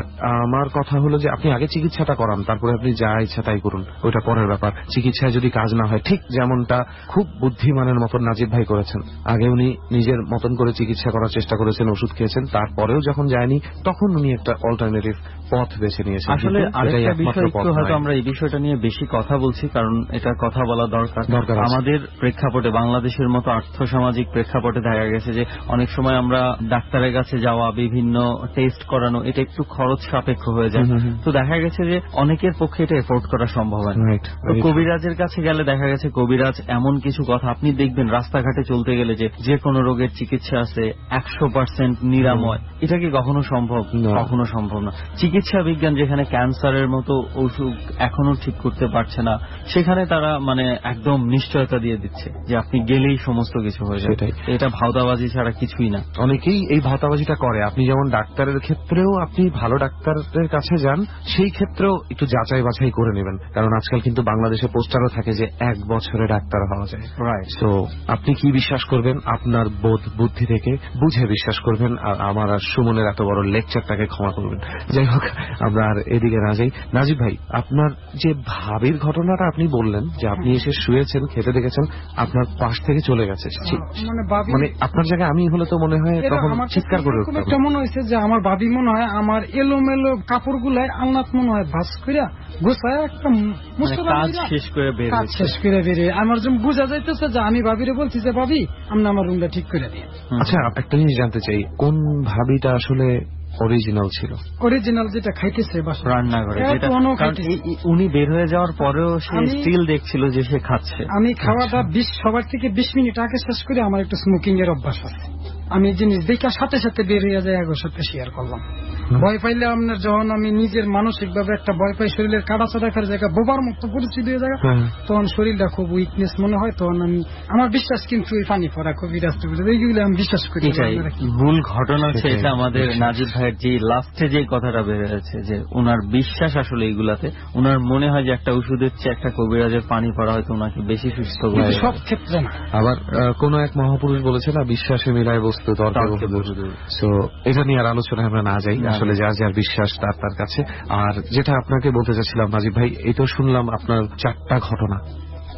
তো ওকে, এই ছিল নাজিব ভাইয়ের যে 4টা ঘটনা আমরা শুনেছিলাম। ডট টিমের কাছে এক এক করে শোনা হয়ে গেল। আশা করি যারা শুনেছে তাদের কাছে বেশ ভালোই লেগেছে। রাইট। আজকে অবশ্য যারা শুনেছে তারা একটু ধাক্কা মতন খেতে পারে, কারণ আমরা হঠাৎ করেই গল্পে ঢুকে গিয়েছিলাম একদম শুরুতেই। কারণ আমরা ফর্মালি গল্প শুরু করার আগেই, ঘটনা শুনতে চাওয়ার আগেই, আমাদের এই যাত্রায় আসার পথে নাজিব ভাইয়ের সাথে যেই ঘটনা ঘটে গেছে, ওই ড্রাইভার পর্যন্ত অবাক হয়ে গেছে যে এত নতুন করে লাগানো পার্টস কিভাবে নষ্ট হয়। এবং নাজিব ভাইয়ের ধারণা যে উনি আজকে যে ঘটনাগুলো আমাদেরকে বললেন, কোন একটা তৃতীয় শক্তি চাচ্ছিল না সে আমাদের সাথে এই যাত্রায় আসে। তবে আজকে আপনাকে বলি, ওই তৃতীয় শক্তিকে কিন্তু ডর এবং নাজিব ভাই মিলে হার মানিয়েছে। আপনি এসেছেন, আপনি বলেছেন, আপনার ঘটনা সবাই জানবেও। অনেক ধন্যবাদ আপনাকে নাজিব ভাই। ওকে, আপনাদেরকে ধন্যবাদ। ওকে, ডর চলছে এবং সেই সঙ্গে একের পর এক দারুণ কিছু ঘটনা আমরা শুনছি। তো সেই ধারাবাহিকতায় আরো একজন বন্ধু আছে আমাদের সঙ্গে, যার কাছে কিছু ঘটনা রয়েছে যেটা আমরা ডট টিমের কাছে জেনেছি। চল রেহান, আমরা চলে যাই ওনার কাছে। প্রথমে একটু পরিচয়টা জানি আপনার। আপনি কি করেন, কোথায় থাকেন, আপনার পুরো নাম? আমি এসএসসি করতেছি। আমি থাকি হচ্ছে আপনার ধানমন্ডি শঙ্করে। ওকে। আর আমার গ্রামের ভাষা হচ্ছে মানিকগঞ্জ। মানিকগঞ্জে। বাট আমার মানে আমি যে ঘটনাটা বলবো সেটা ঘটছে হচ্ছে আপনার আমার ফ্যামিলি। আমার বাবা হচ্ছে স্কুলের টিচার, তো সেই ক্ষেত্রে আমার বাবা থাকাই হচ্ছে আপনার ফ্যামিলি নিয়ে ঢাকা নবাবগঞ্জ। আচ্ছা, তো ঘটনাগুলো ওইখানে নবাবগঞ্জে ঘটেছে। ওকে, ঠিক আছে, আমরা সময় নষ্ট না করে একদম সরাসরি ঘটনার দিকেই চাইছি। ফার্স্টে কোন ঘটনাটা আমরা শুনতে পাচ্ছি? আমার নিজের সাথে ঘটে যাওয়া একদম ব্যক্তিগত যে এক্সপিরিয়েন্স, আমি সেটা আর কি মানে প্লিজ তাহলে আমরা এটা দিয়ে শুরু করি। আচ্ছা, আমার ঘটনা হচ্ছে 2014 সালে, এটা হবে আপনার নভেম্বর কি ডিসেম্বরের দিকে, আমার এক্সাক্ট মনে করতে পারতেছি না। তো আমি আমার মানে রাত্রে কথা বলার খুব হ্যাবিট। আমার সাথে আমার ছোট ভাই ঘুমায়, মানে ফোনে। হ্যাঁ, ওভার ফোনে আপনি পার্সোনাল কিছু কথাবার্তা বলেন। ওকে, মানে ছোট ভাই থাকে এই জন্য ওরও ঘুমে ডিস্টার্ব হবে। আমি কি করি, রাতে যাই মানে ছাদে যাই কথা বলি। আমাদের তার আগে বাসাটাই এটা বলিনি, আমাদের বাসা হচ্ছে একতলা। বাসা ঢোকার জন্য রাস্তায় ছোট একটা গলি আছে, তার পাশে একটা টিনের ঘর আছে লম্বা। তো টিনের ঘরটা আপনার ওই চালটা আমাদের ছাদের সাথে একদম লাগানো আর অ্যাঙ্গেল করা। আমি কথাটা বলি হচ্ছে আপনার ওই ছাদের যে লাস্ট রেলিং ওইখানে পা দিয়ে টিনের উপরে শুয়ে কথাটা বলি। রেগুলার আমি এভাবে কথা বলি আর কি, প্রায় প্রতি রাত্রি দেখা গেছে যে 2টা 3টা 2:30 এরকম বেজে যায় কথা বলতে। আর আমার ওই যে টিনের ঘরটা, ওইটার পাশে 2টা তাল গাছ আছে, আর ওইখানে বেশ অনেকগুলো গাছ আছে। তো ওই তাল গাছ নিয়ে এর আগে অনেক ঘটনা আছে যেগুলো আসলে আমি কখনো নিজের চোখে দেখি নাই বলে বিশ্বাস করি নাই যে এরকম ঘটনা হতে পারে। তো যাই হোক, আমি ঘটনাটা বলি। আমি ওই দিন রাত্রে কথা বলতেছি, কথা বলতে বলতে তো প্রায় 2:30 3টা বাজে। তো এরকম টিনের উপরে শেষে কথা বলি। শীতের দিন এমনিতে সাউন্ড মানে শব্দ সবাই যখন ঘুমায় যায় খুব কম হয়, আর একটু শব্দ হলে ওটা খুব জোরে বোঝা যায়। শীতের মধ্যে দেখা যাচ্ছে 10টা বাজে সবাই ঘুমায় যায়, গ্রাম এলাকা যেহেতু। তো এরকম হঠাৎ করে মানে আমি অ্যাঙ্গেলের এই পাশে শুয়ে রয়েছি টিনের, তো ওই পাশে শব্দটা হয়। তো আমি ভাবতেছি যে শব্দ হতেই পারে, স্বাভাবিক রেগুলার কুক পাখি ডাকে বা আপনার ভুতুম পেঁচা যেটা বলে, অনেকে কুক পাখি চিনতে পারবে না, তো ভুতুম পেঁচাটা মাঝে মাঝে শুনছি। তো যাই হোক, তো এরকম ওই দিন আমি কথা বলতেছি, তো ওই পাশে মানে হাঁটার শব্দ হয় কেমন জানি টিনের উপরে। তো ফার্স্টে খেয়াল করি না, মানে কেয়ার করি না। পরবর্তী যাই দেখেছি বিড়াল, ভালো বিড়াল। তো পরে বুঝতে থাকা বিড়াল হাঁটতেই পারে, গাছে উঠে যেত। তো পরে আসে শোয়ার পরে কথা বলতে বলতে হঠাৎ মনে হলো যে বিড়াল হাঁটতে তো পায়ের শব্দ হবে না, আর এমন ভাবে হাঁটে, আপনি জিনিসটা খেয়াল করেন ভাইয়া, যে মানে খুব সাউন্ড হয় না বিড়াল। অনেকে এটা বলেছি বিড়ালের মতো হাঁটিস কেন। তো যাই হোক, আমি হলো বিড়াল হাঁটি এরকম সাউন্ড হবে কেন, একটা হাঁটের টিনের উপরে একটা পা দেয় ভর করে, মানে একটা একদম মানে মনে হয় যে একটা পাটা জোরে পড়লো আর কি। আচ্ছা, মানে কেমন একটা ভয় ভয় লাগে। তো যাই হোক আমি কথা বলতে থাকি, তো কথা বলতে থাকি দেখে আমার জিনিসটা কম মানে ফিল হয় ভিতরে, আর ওই পাশ থেকে মানে বলি না আমি যার সাথে কথা বলতেছি যে এরকম হইতেছে। তো ধীরে ধীরে যখন এরকম হয় তো আবার দেখি সাউন্ডটা বাড়ে। তাই ফার্স্টে যা তারাই দিয়েছি, ফার্স্টে চলে গেছে, সেকেন্ড টাইম যখন যাই তখনও দেখি যে মানে এরকম বিড়ালটা আবার আছে এখানে। তো তখন একটু ভয় ভয় লাগে। যাই হোক তখনও তারা দিয়ে এসে কথা বলতে থাকি। তো দেন মানে তখন ওইখানে কোনো শব্দ নাই, তো আমি ওইভাবে শুয়ে শুয়ে কথা বলি, মানে চোখ বন্ধ করে কথা বলি। শীতের মধ্যে এমনি সোয়েটার গায়ে দিয়ে আছে, চাদর টাদর ইয়া করা আছে, তো এমনিতেই মানে ছাদের উপরে একটু নীরব, আর আমাদের ওই এলাকাটাই নীরব। আমাদের বাসার সামনে হচ্ছে অনেক বাসস্টপ আছে, বড় অনেকই আছে, আর আমাদের বাসাটা মানে 2টা ঘর আমাদের এখানে, বাট খুব নীরব। পাশে একটা মাদ্রাসা আছে, ওর একটু দূরে যদিও, বাট গাছ মানে গাছটা দিয়ে ভরা, একটু ভিতরে সাইডে, রাস্তা থেকে বেশ ভিতরে। আচ্ছা, তখন মানে কথা বলতেছে, চোখ খুলে দেখি আমার ছাদের সামনে একটা কুকুর হাঁটে। তো তখন আমার মনে হচ্ছে কুকুর আসা সম্ভব না, বিড়াল আসতে পারে গাছ দিয়ে উঠে, বাট এত রাতে কুকুর কখনোই আসতে পারে না ছাদের উপরে। তখন আমার খুব ভয় লাগে যায়, মানে কুকুর ছিল তখন, মানে হাঁটতেছে সামনে আমার দিকে তাকাই, এরকম ঘাড় ঘোরায় ঘোরায়। কিছুক্ষণ আগে যখন বেড়াল হাঁটছিল যে জায়গায়, এখন না না না, বেড়াল তো অপোজিট অ্যাঙ্গেল টিনের ওই পাশে ছিল, টিনের উপরে ছিল, যা সাউন্ড পাচ্ছিলাম আমি। আর কুকুরটা আমার ছাদে, আমার সামনে, আমি শুনেছি টিনের উপরে, মানে মানে আমি শেষ প্রান্ত সহ পুরো ছাদ দেখা যায় আর কি। তো ছাদের উপরে হাঁটছে, তখন আমার মানে কুকুর ছাদে আসা সম্ভব না, আর আমাদের বাইরে গেট খুব ভালো মতো লক করা থাকে, ভিতরে কোন কুকুর থাকে না, আসতে পারে না, সে গাছ দিয়ে কুকুর ওঠা সম্ভব না, বিড়াল উঠতে পারে। কিন্তু মানে একটা সাহস মানে ইয়া করার চেষ্টা করছে যে আমি যদি এখন ভয় পেয়ে যাই, আর আমাদের কোনো রেলিং নেই ছাদে, কোনো রেলিং নেই, মানে পড়ে গেলে সমস্যা আছে। তো যাই হোক পরে আমি প্রচন্ড ভয় লাগে আমার ব্যাপারটা, তো আমি চুপচাপ থাকি, ফোনটা আস্তে করে মানে মানে কথা না বলে নামাই। তো আমি ওইভাবে যে দৌড় দিব, মানে চাদর পেছনে গায়ে একদম মানে শীতের মধ্যে, তো সচরাচর উঠতে গেলে আমার চাদর ছাড়াইতে হবে আগে। তো যাই হোক পরে আমি যে উঠবো, মানে কত জোরে যে সাউন্ডকে ডাক দিব কারে, আমি ওইভাবে আমার মনে হচ্ছে বুকের উপরে বসে গলা চাপ দিয়ে রাখছি, মানে কথা বলতে পারতেছি না। এটা ভয়ে না কেন সেটা শুধু তখন বুঝতে পারিনি। তো যাই হোক পরে যে উঠি আমি আস্তে আস্তে জিনিসটা, কুকুরটা যখন এই পাশ থেকে ক্রস করে আমাদের মানে টাঙ্কি রাখার জন্য আলাদা ইয়া করছে, সিঁড়ি ওঠার যে মানে ইয়াটা রাখে টুচা করে, তো ওইখানে ওইটা দিয়ে পেছন সাইডে চলে যায়। তো আমি উঠে আস্তে আস্তে আমার মানে গেটের কাছে যাই, দৌড়ও দিই না তখন, যে অন্ধকারে দৌড় দিব যদি বাই চান্স পড়ে যায় ঠিক আছে অবস্থা হয়ে যাবে। তো আমি পড়ে গেলে অত রাত্রে সবাই এটা অনেক সিন ক্রিয়েট করবে। তো পরে আমি যাই, দরজা আমি প্রত্যেকবার ছাদে আসার আগে দরজাটা চাপাই আসি, কখনো লাগাই আসি না। আমার যেতে হবে, আর খোলা রাখলে কি নিচ থেকে বুঝতে পারবে যে আমি ছাদে আছি, কেউ একজন আছে।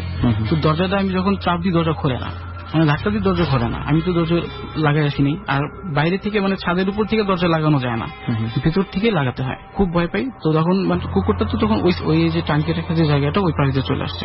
তো আমি কি করি, এই সাইডে ঘুরে আসি, যদি ঘুরে আবার এই সাইডে আসে, তো এই জন্য আবার যে জায়গায় ওই জায়গায় আসি, ওই পাশে একটা কামরাঙের গাছ ছিল, ওর ডালটা প্রায় ছাদে গাছ আছে, ওই দিকে নামা যায়। তো আমি এদিক দিয়ে ঘুরে যখন সরাসরি ওদিকে আসি, তখন আমার দরজা খুলে আস্তে আস্তে। আমাদের দরজাটা কি মানে রং করা, তো আপনার লাগাইতে হলে খুব চাপ দিয়ে লাগাইতে হয়, ঠিক আছে, মানে ইজি না একদম। তো মানে যখন মানে দরজাটা মানে খোলার যে শব্দটা, এটা আমি স্পষ্ট বুঝতে পারি যে দরজা খুলতেছে, ঠিক আছে। মানে আমি আর তখন মানে আমার ভিতরে কোনো ইয়া নেই যে আমি কি করবো, কোন দিকে দৌড় দেবো, গাছ থেকে নামবো কি নামবো না সেটা আমি বুঝতে পারতেছি না। তো যখন দরজা খুলে যায় তখন আমি মানে ওই ছাদের ওই সাইডে এসে চলে, খুব মানে ভয় লাগতেছে আমার, এত শীত, সবকিছু পেছনে বা ঘামতেছি আমি তখনও। পরবর্তীতে যখন দেখি যে না কুকুরটা অ্যাঙ্গেল এদিকে আসতেছে, তখন আমি ছাদে দৌড় দিই, তখন আমি গাছ থেকে নামতে চাই না। তো দৌড়ের সাথে সাথে আমি নিচে পড়ে যাই, আমার সিন থাকে না। পরে সকালে যখন উঠি তখন দেখেছি আমি মেরে ফেলেছি, আমার মানে মুশকে গেছিল। মানে সেই ভয় থেকে আপনি ওখান থেকে পড়েই যান? হ্যাঁ, একদম ছাদে থেকে পড়িয়েছি আমি। ওকে, তো মানে এই ছিল আপনার প্রথম এক্সপিরিয়েন্সটা, যেটা আমার নিজের সাথে ঘটেছে, যে কুকুর যেটা আপনার আসলে এখানে থাকার কথাই ছিল না। আসলে কুকুরটা কোনোভাবে কি আপনাকে কোনো কিছু করার চেষ্টা করেনি? করার চেষ্টা বলতে ও বারবার আমার দিকে, কিভাবে বলি, হাঁটতেছে একদিকে, এবার ঘাড় ঘুরায় দেখতেছে, আমার নোটিস করে। হ্যাঁ, মানে ছাদের এপাশ থেকে এপাশে যাচ্ছে, বাট ও যদি আমার শরীরে থাকতো তাহলে মাথাটা সোজা থাকতো, বাট সেটা না করে হাঁটতেছে আর আমার দিকে ঘোরায় দেখ, মানে ঘুরে ঘাটটা বাঁকা করে দেখতেছে। আর অন্ধকারে স্বাভাবিক, কিন্তু ওদের চোখ খুব জ্বলে, খুব বেশি জ্বলে, ওই দিনও খুব জ্বলতেছিল। আচ্ছা আচ্ছা, ওকে। তো এটা তো ছিল আপনার নিজের সাথে ঘটা ঘটনা। তো আপনি কি কোনো কিছু অন্য কারোর সাথে ঘটেছে এই ধরনের ঘটনাও আপনার জানা আছে? সেই ঘটনাও বলতে চান? হ্যাঁ প্লিজ শুনি আমরা তাহলে। এটা হচ্ছে আমার ফুপ্পি হচ্ছে 6টা ফুপ্পি। ছোট ফুপ্পির যে হাজবেন্ড হামিদ কোপা, উনি হচ্ছে কাজ করে, মানে জিন টিন ছাড়ানো। তো ওনার মা ওনাকে এগুলো শিখে দিয়ে গেছিল। আচ্ছা।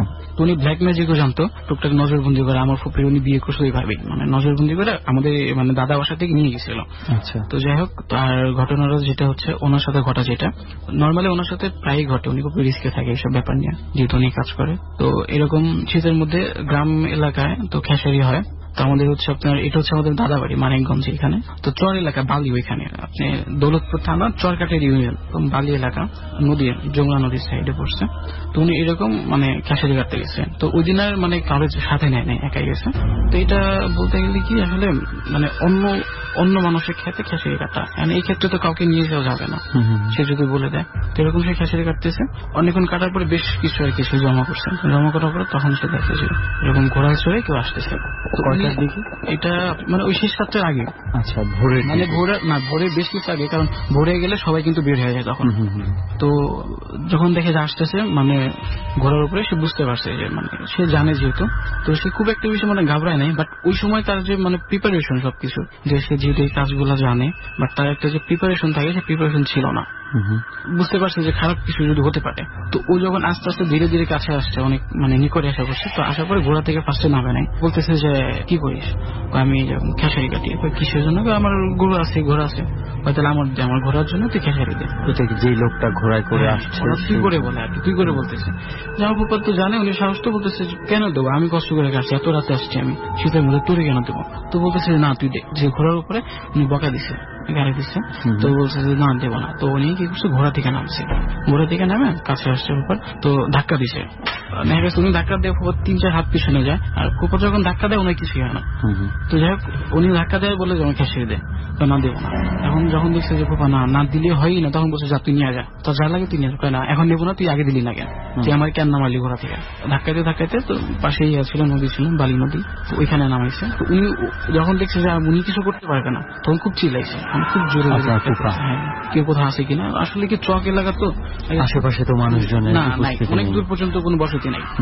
তো তখন যখন বুঝতে পারছে কিছু হবে না, তখন ওনাকে আপনার পানিতে নামাইছে। নামার পরে একটা একদম অনেক চলেছে। তো ওনার সেন্স ছিল না। সকালবেলা যারা উঠাইছে তারা বলে আর কি, উনি মাটি কামড় দেওয়া অবস্থায় ছিল। মাটি কামড় দেওয়া অবস্থায় কোথায় পড়েছিল? পারে। হ্যাঁ। ওকে। তো আর যে ফসলগুলো উনি কেটেছিল, তো ওগুলা কি কাটা অবস্থায় পাওয়া গেছে? ওগুলো ওইখানেই ছিল, ওগুলো আর কেউ নেয় নাই। আচ্ছা, কেউ নিয়ে যায় নাই, ওগুলো ওই অবস্থায় ছিল। ওকে। তো এরপরে ওনাকে মানুষজন উদ্ধার করে নিয়ে আসে, সকালবেলা নিয়ে আসে, সকালবেলা ওনাকে নিয়ে যায়। ওকে, তার মানে এটা হচ্ছে আপনার ফুপার সাথে ঘটেছিল? হ্যাঁ, ছোট ফুপা, উনি হচ্ছে এই কাজ করে। ওকে, উনি জিন ছাড়ানোর কাজগুলোর সাথে জড়িত, এই ধরনের কাজের সাথে। ওকে, আর কোন ধরনের ঘটনা কি আপনার আছে যেটা বলতে চান? যেটা হচ্ছে আমার মার কাকির সাথে, মানে আমার নানি থাকে যেটা। তো তখন আমার মানে ছোট নানা রুস্তম নানা, উনি তো বাইরে থাকতো। তো তখন গ্রামের মানুষগুলো দেখা গেছে যদি বাইরে থেকে কেউ আসে বা দূরে কোথাও থেকে আসে, অনেক জিনিসপত্র নিয়ে আসে। তো গ্রামের মানুষ যা হয় সবাই আর কি আসে, রাতে হয়, অনেক রাত হয়, তো দেখার জন্য আসে। তো উনি আসছে, আসার পরে তো সবাই আসছে, যে দেখে না মহিলা মানুষরা। আর তখনকার মানুষ অনেক পর্দা মেনটেন করতো। তো দেখা গেছে আগ রাত্রে সব পুরুষ মানুষ যারা আছে বাসার, তো সবাই আসতো। তো এই জন্য ওনারা ওই রাত্রে আসতে পারে না কেউ। তো মানে অনেক রাত হয়ে গেছে, মেহমান টেহমান আসছে।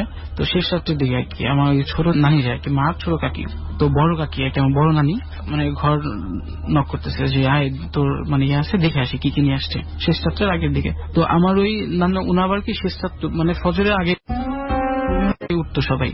তো অনেক মানুষ থাকতো একসাথে, রান্না বান্না করতে হতো সকালে। তো ফজরের আগে সবাই ওঠার অভ্যাস। তো উনি ভাবছে যে বড় কাকি, তো উনি যাবে, ওনার বড় বোন। তো ওনার আবার ইয়ে থেকে উনি আগে থাকতো একটু পাগল টাইপের, চুল টুল এলোমেলো থাকতো, সবার থেকে একটু অন্যরকম থাকতো। আর বেশিরভাগ ওনার সাথে ঘটনাগুলো ঘটছে। আচ্ছা। তো পরে উনি বের হয়ে যায় ওনার সাথে। তো বের হয়ে যায়, ওইটা আবার আমার মার নানি দেখে যে ওর তো বের হয়ে গেছে। ওনার ভাবছে যে হয়তো বড় কাকে ডেকে নিয়ে গেছে, যাক। উনি বলতেছে যে সামনে দিয়ে যায়, সামনে দিয়ে না পেছন দিয়ে যায়, ওদিকে অনেক মানুষ আছে, পেছন বাড়ি দিয়ে। বাড়িটা কেমন, ওটা হচ্ছে মানিকগঞ্জ জেলায় জাফরগঞ্জ এলাকা। তো মানে আমার নানা বাসায় আমি বড়, মানে এরিয়াটা অনেক বড়, বাট যেখানে বাড়ি ওইখানে বাড়ি, পাশে হচ্ছে আপনার ভিটা বলে, ভিটাতে প্রচুর পরিমাণে গাছ, প্রচুর পরিমাণে গাছ ওইখানে। দিনের বেলা সূর্য আলো পড়ে না ভিতরে, এত ঘন গাছপালা। তো পরে বাইরে বাড়ি দিয়ে ওনার মানে রান্নাঘরের পেছনে ওদিক দিয়ে নিয়ে যাইতে বলে, পরে যায় উনি। তুই যাওয়ার পরে অনেকক্ষণ যায়। তো যাওয়ার পরে এদিকে যখন ওনাকে একটু খুঁজে হয় না, মানে এত রাত হয়েছে কোথায় গেল, শেষ রাতের দিকে প্রায়। তো তখন সবাই মানে চিল্লাচিল্লি করছে। আমাদের নানু বাসার ঘর হচ্ছে 4টা ঘর, তো 4 ঘরে সবাই বের হয়ে গেছে যে ও গেল কোথায় এত রাতে। তো পরে সবাই মানে খোঁজাখুঁজি করে পায় না। তো তখন আমার নানা লাইট ছিল, লাইট মানে দেখেছে পানির মধ্যে হাঁটু পানি পর্যন্ত নিচে নামানো, কে যে যাচ্ছে এটা দেখা যায় না, বাট ওনার ঘাড় বারবার নিচের দিকে ইয়ে করতেছে। তো তখন সবাই দৌড়ায় যায়, যখন ওনাকে নিয়ে আসে, তো আসার পরে যেটা দেখে যে ওনার চোখ এত বড় বড় হয়ে গেছে, চলে এলে কাউকে চিনতে পারে না। মানে যা আছে আমার মা বলে যে মার দিকে তাকায় থাকে না, কাউকে চিনতে পারে না। পরে আমার নানা তো হুজুর টাইপের ছিল, দোয়া টোয়া পরে ফুটো দেয় 3 দিন, কোনো কথা টথা বলতে পারতো না। তো ধীরে ধীরে ধীরে ধীরে সবাই পরে ঠিক হয়ে গেছে। ঠিক হয়ে গেছে। হ্যাঁ। ওকে, মানে এক এক করে তো 3টা ঘটনাই আর আরেকটু বলি এখানে, ওনার সাথেই মানে ছোট একটা ঘটনা। উনি হচ্ছে পিঠা বানাতো শেষ রাতে দিকে আমাদের নানু বাসায়। তো পিঠা বানাইতে মানে বানাই দিচ্ছে দুজনে, উনি আর হচ্ছে ওনার মা। রান্নাঘর শুনলি চেনেন, পাটকাঠি যেটা বলে, তো এইগুলো রান্নাঘর। তো দরজা দিয়ে এরকম হাত দিছে মানুষের মতো, হাত দিয়ে বলতেছে যে আমার পিঠা দে। উনি তো বুঝছে যে এত রাতে তো পিঠা চাই কেন, দাঁড়া এখনো হয় নাই, তোর পরে দিই। তো কিছুক্ষণ পরে যখন ইয়ে করছে যে হাত বাড়া দিতে পিঠা দিই, পিঠা দিতে হাত বাড়াইছে এরকম। তো উনি কি করছে, ওই যখন বলছে যে ওয়েট কর পরে দিই, উনি ওই সময় পিঠা ওঠানোর জন্য আপনার লোহার শিক থাকতো চিকন করে বাজে বিল ওঠানোর জন্য, তো ওটা গরম দিয়ে রাখছিল। তো উনি ওই সময় ওইটা হাত দিয়ে থাকে মানে ছাদ দেয়, তো হাওয়া করে চিল্লাচিল্লি করে যায়, মানুষের মতো কান্না করে একদম মানুষের মতো। তো পরাজয় চলে গেছে। তো ওই রাত্রে ওনারা পিঠা না বানায় দুজনে বাসায় চলে আসছে। এরপরে আর কোনো ধরনের প্রবলেম করে না ওনাকে? যেহেতু ওনার সাথে বেশ মানে প্রবলেম ওনার সাথে হয়তো, মানে বেশিরভাগ ঘটনা ওনার সাথে ঘটতো। আচ্ছা আচ্ছা। তো পরবর্তীতে আমি আর মানে শুনি নাই, অনেক আগের ঘটনা এটা, আমার মা তখন ছোট। ওকে, তো অনেক ধন্যবাদ সূর্য ভাই, মানে আপনার এই ঘটনাগুলো আমাদের জার্নিতে এসে বলার জন্য। আপনাকে ধন্যবাদ। আচ্ছা, আমরা তো অনেকগুলো স্টোরি শুনলাম, এবার কার স্টোরি শুনবো? এবার আমার মনে হয় যে উনি আছে ডান সাইড থেকে, আমরা শুরু করি। ওনার কাছে আপনার নামটা? আমি রাহাত আর কি, ঢাকা গ্যান্ডারিয়া থাকি, গ্যান্ডারিয়া পুলিশ বাড়ি, আচ্ছা, মিলবাড়া রোড, আলামগঞ্জ লেন পড়ছে, মাজার গলি। আচ্ছা, কি করেন আপনি? আমি স্টুডেন্ট আর কি, বিএস করতেছি কবি নজরুল কলেজ। ওকে, তাহলে রাহাত ভাই আমরা শুরুতেই চলে যাই আপনার প্রথম ঘটনার দিকে। ডট টিমের কাছে শুনেছে যে আপনার কাছে কিছু ঘটনা আছে, খুব ইন্টারেস্টিং কিছু ঘটনা, যে ঘটনা অনেকগুলো আপনার সাথেই ঘটেছে। তো আমরা প্রথমে কোন ঘটনাটা দিয়ে আপনি শুরু করতে চান? প্রথমে আমার নিজের ঘটনা বলি। ওকে, এই ঘটনাটা কতদিন আগের? এটা 2010 জানুয়ারির 15 তারিখ থেকে শুনি। ওকে, তাহলে আমরা শুরু থেকে শুনি যে কিভাবে কি হয়েছে। এটা হচ্ছে জানুয়ারির 15 তারিখ থেকে আর কি, আমার সাথে রাগটাগ করে আমি ওই আর কি যে সুইসাইড টাইপের কিছু করছি আর কি। মানে আপনার, আমি বুঝি না বিষয়টা, আপনি আপনার মায়ের সাথে রাগ করে ঝগড়া করে সুইসাইড করার অ্যাটেম্প নিয়েছেন? হ্যাঁ, মানে ফাইজলামি টাইপের, যে আমাকে ভয় দেখাবো। আচ্ছা আচ্ছা। তো এটা সিরিয়াসলি হয়ে গেছে আর কি।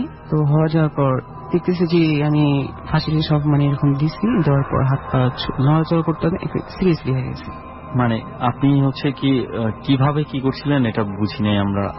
কোথায় আপনি চেষ্টা করছেন? এটা আমার রুমটার মধ্যে, রুমটা আমার সামনে ড্রেসিং টেবিল, ওয়ার্ড্রপ, খাট, মানে হাত দিলেই সবকিছু পাওয়া যায়। আচ্ছা আচ্ছা। কিন্তু ওই রশিটা যখন বাঁধছি, তখন যখন গলার মধ্যে ভালোভাবে করছি, তারপর আচ্ছা, আপনি আপনার ওখানেই কি এটা কি মানে কোনো কিছুর সাথে একটা পেঁচিয়ে সেখানে আপনি একটা, এটা টিন টাইপের ছিল, বড় মোটা টাইপের শ্যাডো কাট। আচ্ছা আচ্ছা, ওখানে কোনো কিছু একটা পেঁচিয়ে আপনি সেখানে সুইসাইড করার একটা অ্যাটেম্প নিয়েছেন। তারপর মানে যদিও এটা ছিল ভয় দেখানোর জন্য, কিন্তু একটা পর্যায়ে মনে হচ্ছিল যে মানে সত্যি সত্যি ইয়ে হয়ে গেছে। মানে ভয়। ছোট একটা বিরতির সময় হয়ে গেল, মাত্র 4 মিনিটের বিরতি। ডর শুনছেন আপনি আশিকি প্রিয়ার সাথে, সঙ্গে আছে সুমন, রেহান এবং সাউন্ডে রয়েছে লোবান। আপনারা আজকে শুনছেন হৃদয়, সাইফুল, বাচ্চু, রানা এবং জাহাঙ্গীরের জীবনে ঘটে যাওয়া অধিভৌতিক ঘটনা। 4 মিনিট পর আমরা আবারও ফিরে আসব ডরে। ডর।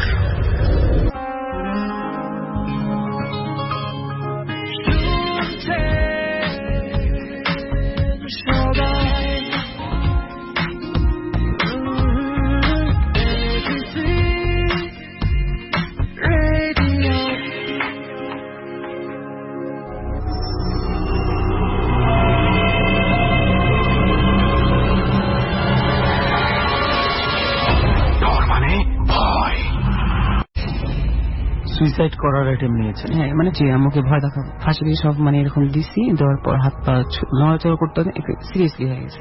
রুমটার মধ্যে, রুমটা আমার সামনে ড্রেসিং টেবিল, ওয়ার্ড্রপ, খাট, মানে হাত দিলেই সবকিছু পাওয়া যায়। কিন্তু ওই রশিটা যখন বাঁধছি, গলার মধ্যে ভালোভাবে করছি, এটা টিন টাইপের ছিল, বড় মোটা টাইপের শ্যাডো কাট। আচ্ছা আচ্ছা, ওখানে কোনো কিছু একটা পেঁচিয়ে আপনি সেখানে সুইসাইড করার একটা অ্যাটেম্প নিয়েছেন। তারপর মানে যদিও এটা ছিল ভয় দেখানোর জন্য, কিন্তু একটা পর্যায়ে মনে হচ্ছিল যে সত্যি সত্যি ইয়ে হয়ে গেছে। আর কি। তারপর তো দেখলাম এটা করার সাথে সাথে আমি জ্ঞান হারিয়ে ফেলছি। যাই হোক আমি আল্লাহর রহমতে আর কি বেঁচে যাই। তারপর দেখলাম যে জ্ঞান ট্যান ফিরছে। এরপরে কিভাবে বেঁচে যান আপনি? এটা অ্যাকচুয়ালি ছিঁড়ে দেখি যে আমি নিচে পড়ে আছি, তখন আমার কপাল দিয়ে রক্ত ঝরছে। ও আচ্ছা, আপনি যে কোনো কিছু একটা পেঁচিয়ে আপনি সুইসাইড করতে গেছিলেন, মানে সেটা কোনো কারণে ছিঁড়ে গেছে, আপনি নিচে পড়ে গেছেন। দেখি যে আমি শুয়ে যে মাথাতে রক্ত পড়ছে, তখন আমি নিজে থেকে গেটটা খুলি। খোলার পর সবাই ঘরের ভিতরে ঢুকে, যেহেতু ঘরটোর লোহার গেট ছিল ভাঙতে পারেনি। তখন তারপর আমার চিকিৎসা হয়, আমি 2 দিন পর্যন্ত আর কি কথা বলতে পারিনি। আচ্ছা, ফার্স্ট একটা ঘটনা যে আমি যখন ঘুমায় থাকি রাত্রে 3য় দিন, এতে যে ওই উন্নাটা প্রায় মাগরিবের নামাজের পর দেখি উন্নাটা আমার পাশে পড়ে আছে আর কি, সেম একই রকমের গিট দেওয়া। এটা মানুষের গলা, যেটা এই ওড়নাটা দিয়ে আচ্ছা আপনি সুইসাইড করতে চেয়েছিলেন, সেই ওড়নাটা পড়ে আছে। তো ওড়নাটা তো পড়ে থাকা আপনার বাসার স্বাভাবিক না? ওড়নাটা থাকতেই পারে। এটা আমার কাজটা পরে উন্না বা আমার গায়ের কাপড় চোপড় সবকিছু আগুনে পুড়ে ফেলা হয়েছে সেদিনই। ওকে, মানে আপনি যখন এই সুইসাইডটা করতে যান, এরপরে সামহাও যখন বেঁচে যান, মানে তখন আপনার বাড়ির লোকজন যে ওড়নাটা দিয়ে আপনি সুইসাইড করতে চেয়েছিলেন এবং যেই পোশাকটা তখন আপনার পরনে ছিল, এগুলো সব আগুন ধরিয়ে দিয়েছে। কিন্তু তার পরের দিন আপনি ওই ওড়নাটা আবার দেখতে পান যে আপনার বিছানায়। হ্যাঁ, দেখতে পাই সেম ওইভাবেই। তারপর এটা আমি কোনো আর ভাবি নেই যে এটা চোখের ভুল হইতে পারে, তো বাদ দিয়ে দিলাম। প্রায় 2 দিন পর দেখলাম যে যেখানে আমি এই কাজটা করছি সেখানে সেম আমার মতো একজন অবিকল সেখানে ঝুলতেছে, উনি আত্মহত্যা করতেছে। মানে কোথায়, মানে আপনি কোথায় চেষ্টা করছেন? আপনার রুমেই? এবং আপনার রুমেই দেখছেন যে আপনার মতো একজন ঝুলছে। তারপর তো এটা না আম্মুর কাছে বললাম যে আম্মু যে এরকম ঘর হইতেছে। এটা কি হচ্ছে আপনি এগুলা দেখছেন যে আপনার ওই সুইসাইড করার চেষ্টা করার পর থেকে? এমনকি আমাকে আবার ইশারা করা হয় যে এটা আবার কর রাজীব, এটা আবার কর। আচ্ছা আচ্ছা। তারপর ভয় যেত যে এটা আবার করবো কেন, এরকম কেন ইশারা করা হয়? মানে সেই লোক মানে আমার সেম ফাঁসি। আচ্ছা আচ্ছা, মানে আপনি যেটা দেখতে পান যে ঝুলে আছে, মানে সেখান থেকে আপনাকে ইশারা করা হচ্ছে যে আপনি আবার ট্রাই করে দেখেন এটা। এর পরিস্থিতির পরে আমি আম্মুকে বললাম যে আম্মু আমাকে এরকম ভাবে বা এরকম সমস্যা হচ্ছে এই ঘরটা। তো আম্মু 1 মাস পরেই ঘরটা ছেড়ে দিল। এই ভয়ের কারণে যখন আপনার মায়ের কাছে বললেন যে আপনারা বাসাটাই ছেড়ে দিলেন? হ্যাঁ, বাড়ি ছেড়ে দিলাম। তো বাড়ি ছেড়ে দেওয়ার পর যেই বাড়িতে আমরা নতুন উঠলাম, তো এই বাড়িতে 1 মাস। কোথায় উঠেছেন? একই এলাকায়, পাশের বাড়ি। আচ্ছা। তো 1 মাস ভালো ছিলাম, 1 মাস ভালো ছিলাম। এরপর থেকে মানে শুরু হলো যে রাত্রি সমস্যাটা হয় বেশি। ঘুমানোর সময় দেখি যে কালো ছায়ার মতো, ফার্স্ট আমি আগে দেখতে পারতাম না, শুধু কালো ছায়া এরকম মনে হইতো আর কি, যে কিছু ঘরের মধ্যে হাঁটা চলা করতেছে, আমি ভয় পেতেছি এরকম। দেখলাম যে আশেপাশে এখানে থাকে, কতক্ষণ পায়ের কাছে, কতক্ষণ মাথার এখানে আসে, আয়নার ড্রেসিং টেবিলের সামনে এরকম। আচ্ছা আচ্ছা। তো এরকম পুরো ভয় পেতাম, ভয় পেলাম কি চাদর মোড়া থাকতাম। তো নেক্সট টাইম আবার দেখলাম নেক্সট দিনে যখন আসে ঝিমঝিম হয়ে যায়, যেরকম মানুষের হাত পা অবশ হয়ে যায় না, হাত পা ঝিমঝিম করে, পুরো ঘরটা এরকম আর স্তব্ধ হয়ে যায়, যে মানে কোনো শব্দ নাই এরকম কিছু। তো দেখলাম হলেই যে আপনি বোঝেন যে এই জিনিসটা আবার হয়তো আবার হবে এরকম। তখন দেখলাম যে তখন আবার দেখতে পাই, ফার্স্টের দিন তো দেখিনি ছায়াটা মনে হয়েছে যে ঘুরতেছে। পরের দিন দেখলাম যে সোফার মধ্যে বসলো। কখন দেখলেন? পরের দিন কয়টার দিকে? রাতের বেলা দেখছেন যে আপনার ঘরে সোফায় বসে আছে? বসে আছে। কি বসে আছে? ওই আর কি খারাপ জিনিসটা, যে তখন দেখলাম যে হয়তো একটা মহিলা টাইপের মতো লাগলো, যে বড় বড় চুল দেখলাম। কিন্তু যখন আবার আসলো ড্রেসিং টেবিলের সামনে, তখন আবার মাথায় চুল। তারপর দেখলাম। আপনি কি করছেন তখন? তখন আমি চাদর মধ্যে আমি চোখ টুকু আর নাক দীর্ঘ নিঃশ্বাস নেওয়ার জন্য অতটুকু বের করে পুরো শরীরে চাদর দিয়ে ঢেকে রাখছি। তো দেখলাম যে কি করে, দেখলাম নাই এরকম। পরে দেখি আমার পায়ের কাছে আছে, আটকা এসে গলার মধ্যে ধরলো। গলার মধ্যে টিপটে মানে এরকম প্রচুর গলার চাপ দেওয়া ধরে রাখলো। তো আমি দমদম আটকে গেলাম যে কাউকে বলবো বা কাউকে চিকাতে বলবো, এরকম হচ্ছে, সেটা আর পাই না। তো আমরা ভাগ্নি চেয়ে তোমার পাশে শুয়ে থাকে, এটা বোবা টেবিল হইতে পারে, যে কোনো মানুষের গায়ে টাচ করলে আমি হয়তো এটা আমার ছেড়ে দিবে। আচ্ছা আচ্ছা। তখন আমরা ভাগ্নিকে ধরার জন্য ট্রাই করলাম, তো ওর কাছে আবার ধরতে পারতেছিলাম, হাতটা ওর কাছে নেই ঠিকই, কিন্তু হাতটাকে যেমন হাত দিয়ে উঠে নিয়ে আবার সরে ফেলে, আমার বুকে হাতটা রেখে দেয়, এরকম মনে হয়। পাশে আমি গ্লাস রাখি পানি ভর্তি সবসময়, যে রাত্রে পানি পিপাসা লাগে। তো ভাবলাম যে এটা করলে হয়তো শব্দ পাইবো, গ্লাসটা করলে কেউ উঠে আসলো, আর সেটা আমি ধরতে পারি না। আল্লাহ আল্লাহ করতে করতে মনে মনে অ্যাকচুয়ালি তখন সে আপনাকে গলা চেপেই ধরে তো মনে মনে আল্লাহ আল্লাহ বলতে বলতে অ্যাকচুয়ালি এটা থেমে যায়, পরে আমি আর কি সুস্থ হয়ে যাই। প্রায় আবার এরকম 2-3 দিন পর পর তখন ঘরে লাইট টাইট জেলে কিছু দেখেছেন যে? না তখন আম্মাকে বলি যে আম্মা আমার লাইট ধরান। তো তখনই চলে আসে আপনার আম্মা? আম্মু পাশেই আমাদের রুমটা হইলো আর কি, যে ঢাকার মধ্যে 3টা রুম একত্রে করলে একটা রুম যত বড় হয় তত বড় একটা রুম। ওই পাশে আব্বু রাত্রে কাজে যায় বাইরে, আম্মু থাকে পাশে, মানে আম্মু ওই সাইডে থাকে, আমরা খাটে থাকে আর কি। তো আম্মাকে বলি যে লাইট ধরান, এভাবে সারা রাত লাইট ধরানো থাকে। লাইট ধরানো থাকলে আর একটা সমস্যা হয় না। আমি আরেকটা কিছু ঘটনা বলতে ভুলে গেছি, যে প্রায় এই ঘটনা কিছু মানে গেট টেপের দিন পর পর হয়, একসাথে হয় না। এরকম আরেকদিন হয়েছে, ওই সেম একই রকমের আসে, যখন বুঝতে পারি আসা ঘুরে বা দেখতে পাই না, তখন দেখি আমার পিছে আমার ঠিক বাম সাইডটা ধাক্কা মারতেছে, ধাক্কা মারে ঘুমায় থাকে। তখন আমি একদমই ঘুমে বিহুশ হয়ে যাই, কিছু মন থাকে না, তখন ওই জিনিসটা আমার ঘুম ভাঙিয়ে দেয়, ধাক্কা মারে। তো ভাবলাম যে আম্মা মনে হয় তো আমাকে ডাকছে, দ্বিতীয়বার ধাক্কা মারলো, এরকম ধাক্কা মারে পিছের দিকে থাকে, দেখি কেউ নাই। তখন যে আম্মুকে বলি যে আম্মু লাইট ধরান, আমার তো সমস্যা হচ্ছে, ঘুরতে পারতেছি না। আচ্ছা, গেল। এর আবার কিছুদিন পর প্রায় থাকি ভালো, 7 দিন 8 দিন বা কোনো 1 মাসও ভালো থাকি। তো এরকম 9-10 দিন পর আবার দেখলাম যে ও আসলো, হাঁটাচলা করতেছে। অ্যাকচুয়ালি এখানে বই টই ধরে হাতাহাতি করে, ড্রেসিং টেবিলের সামনে যায়, কখনো আমার পায়ের কাছে আসে। কি ওই মানুষটা? আচ্ছা, টাক মাথা, মানে চুল টুল নাই এটা বলতে পারি, আর গায়ে যে পশম ছিল বড় বড় সেটা দেখতে পাই। আচ্ছা, কখনো আপনি মানে কাউকে ডাক দেওয়ার কোনো ইয়ে থাকে না? আমি দেখি, মানে অ্যাকচুয়ালি আমার ভয়, প্রচুর সাহস আবার ভয়ও লাগে। তখন চাদর গায়েটা দেই, যাতে মানে ভয় লাগে চাদর না দেখতে পারি, কিন্তু চোখটুকু বের করে রাখি, আবার মাঝে মাঝে দেখতে মন চায়। তো দেখতেছি নাই, কোথায় গেল মনে হয় গেছে, ভালোই, তখন ভালো লাগে, ঘুমাইতে পারবো। তখন দেখি চাদরের ভিতরে যে একটা মানুষ ঘাড়ে দম ছাড়লে তো নিঃশ্বাস ফেললে গায়ের মধ্যে গরম ভাবটা লাগে। তখন বুঝতে পারি, তখন হাসি দেয়, থেকে হাসতেছে, মানে খিটখিট করে হাসি, আর যেমন মানুষ ওই পান টান চিপে যেমন শব্দটা আসে মুখের, সেটা হচ্ছে আর কি। যখন হাসতেছে তখন আমি মানে চিল্লাবো, সেটা পারতেছি না, বুক ফেটে যায় চিল্লানোর জন্য, যে আমাকে আওয়াজ বেরোচ্ছে না এরকম। তখন দেখলাম যে আমার ঘাট চড়তেছে, সেম বাম ঘাট দিকে ধাক্কা মারে, বাম ঘাট চাটে এরকম, মানে ডাইন সাইডে আমি ঘুমাই থাকি, যেহেতু আমি চিল্লা দিছি, জানি যে ডাইন সাইড কাঁথা ঘুমনটা ভালো। তো ঘাট চড়তেছে, তখন আমি চিল্লান দিচ্ছি, তখন হয়তো শুনছে যে কি হয়েছে, তখন উঠলো, তখন লাইট ধরানোর সাথে সাথে আর কোনো সমস্যা হয় না।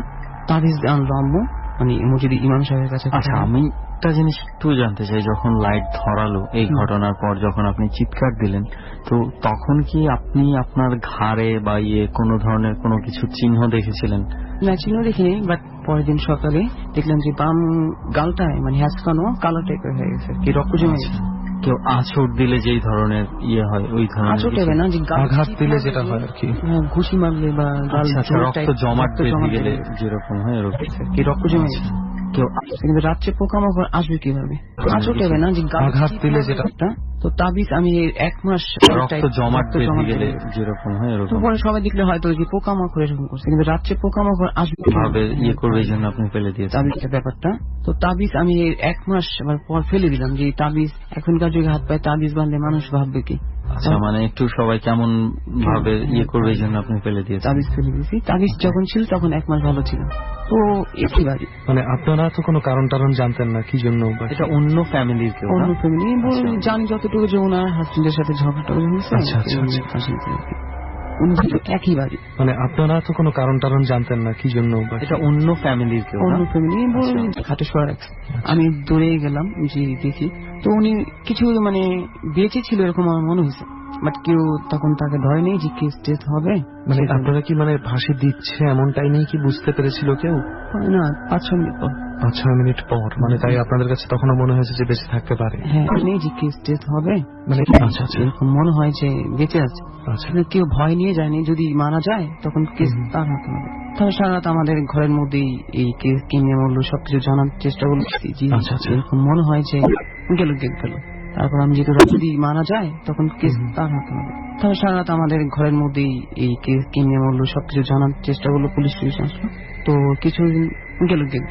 তারপর আমি যেহেতু রাত্রে একটু ঘুমাই না, বা আমার ঘুমাইতে প্রায় 4টা বেজে যায়। তারপর রাত্রে ওইখানে বসে থাকতো, আমাদের সাথে কথা বলতো, এখন কোথায় যাস, ওইখানে যে বসে থাকতো না, সেম ওই উনি মরার পর সবসময় ওইখানে বসে থাকতো, তাকায় দিচ্ছে, যে করোনার দৃষ্টিতে, মানে ওনার যে বুকের ভিতরে অনেক কষ্ট না, সেভাবে তাকায় আছে। কখন দেখেছেন? থাকতো না, সেম ওই উনি আপনার দিকে তাকায় আছে? হ্যাঁ, তাকায় আছে। যে উনি আপনি অনেক কি কষ্ট।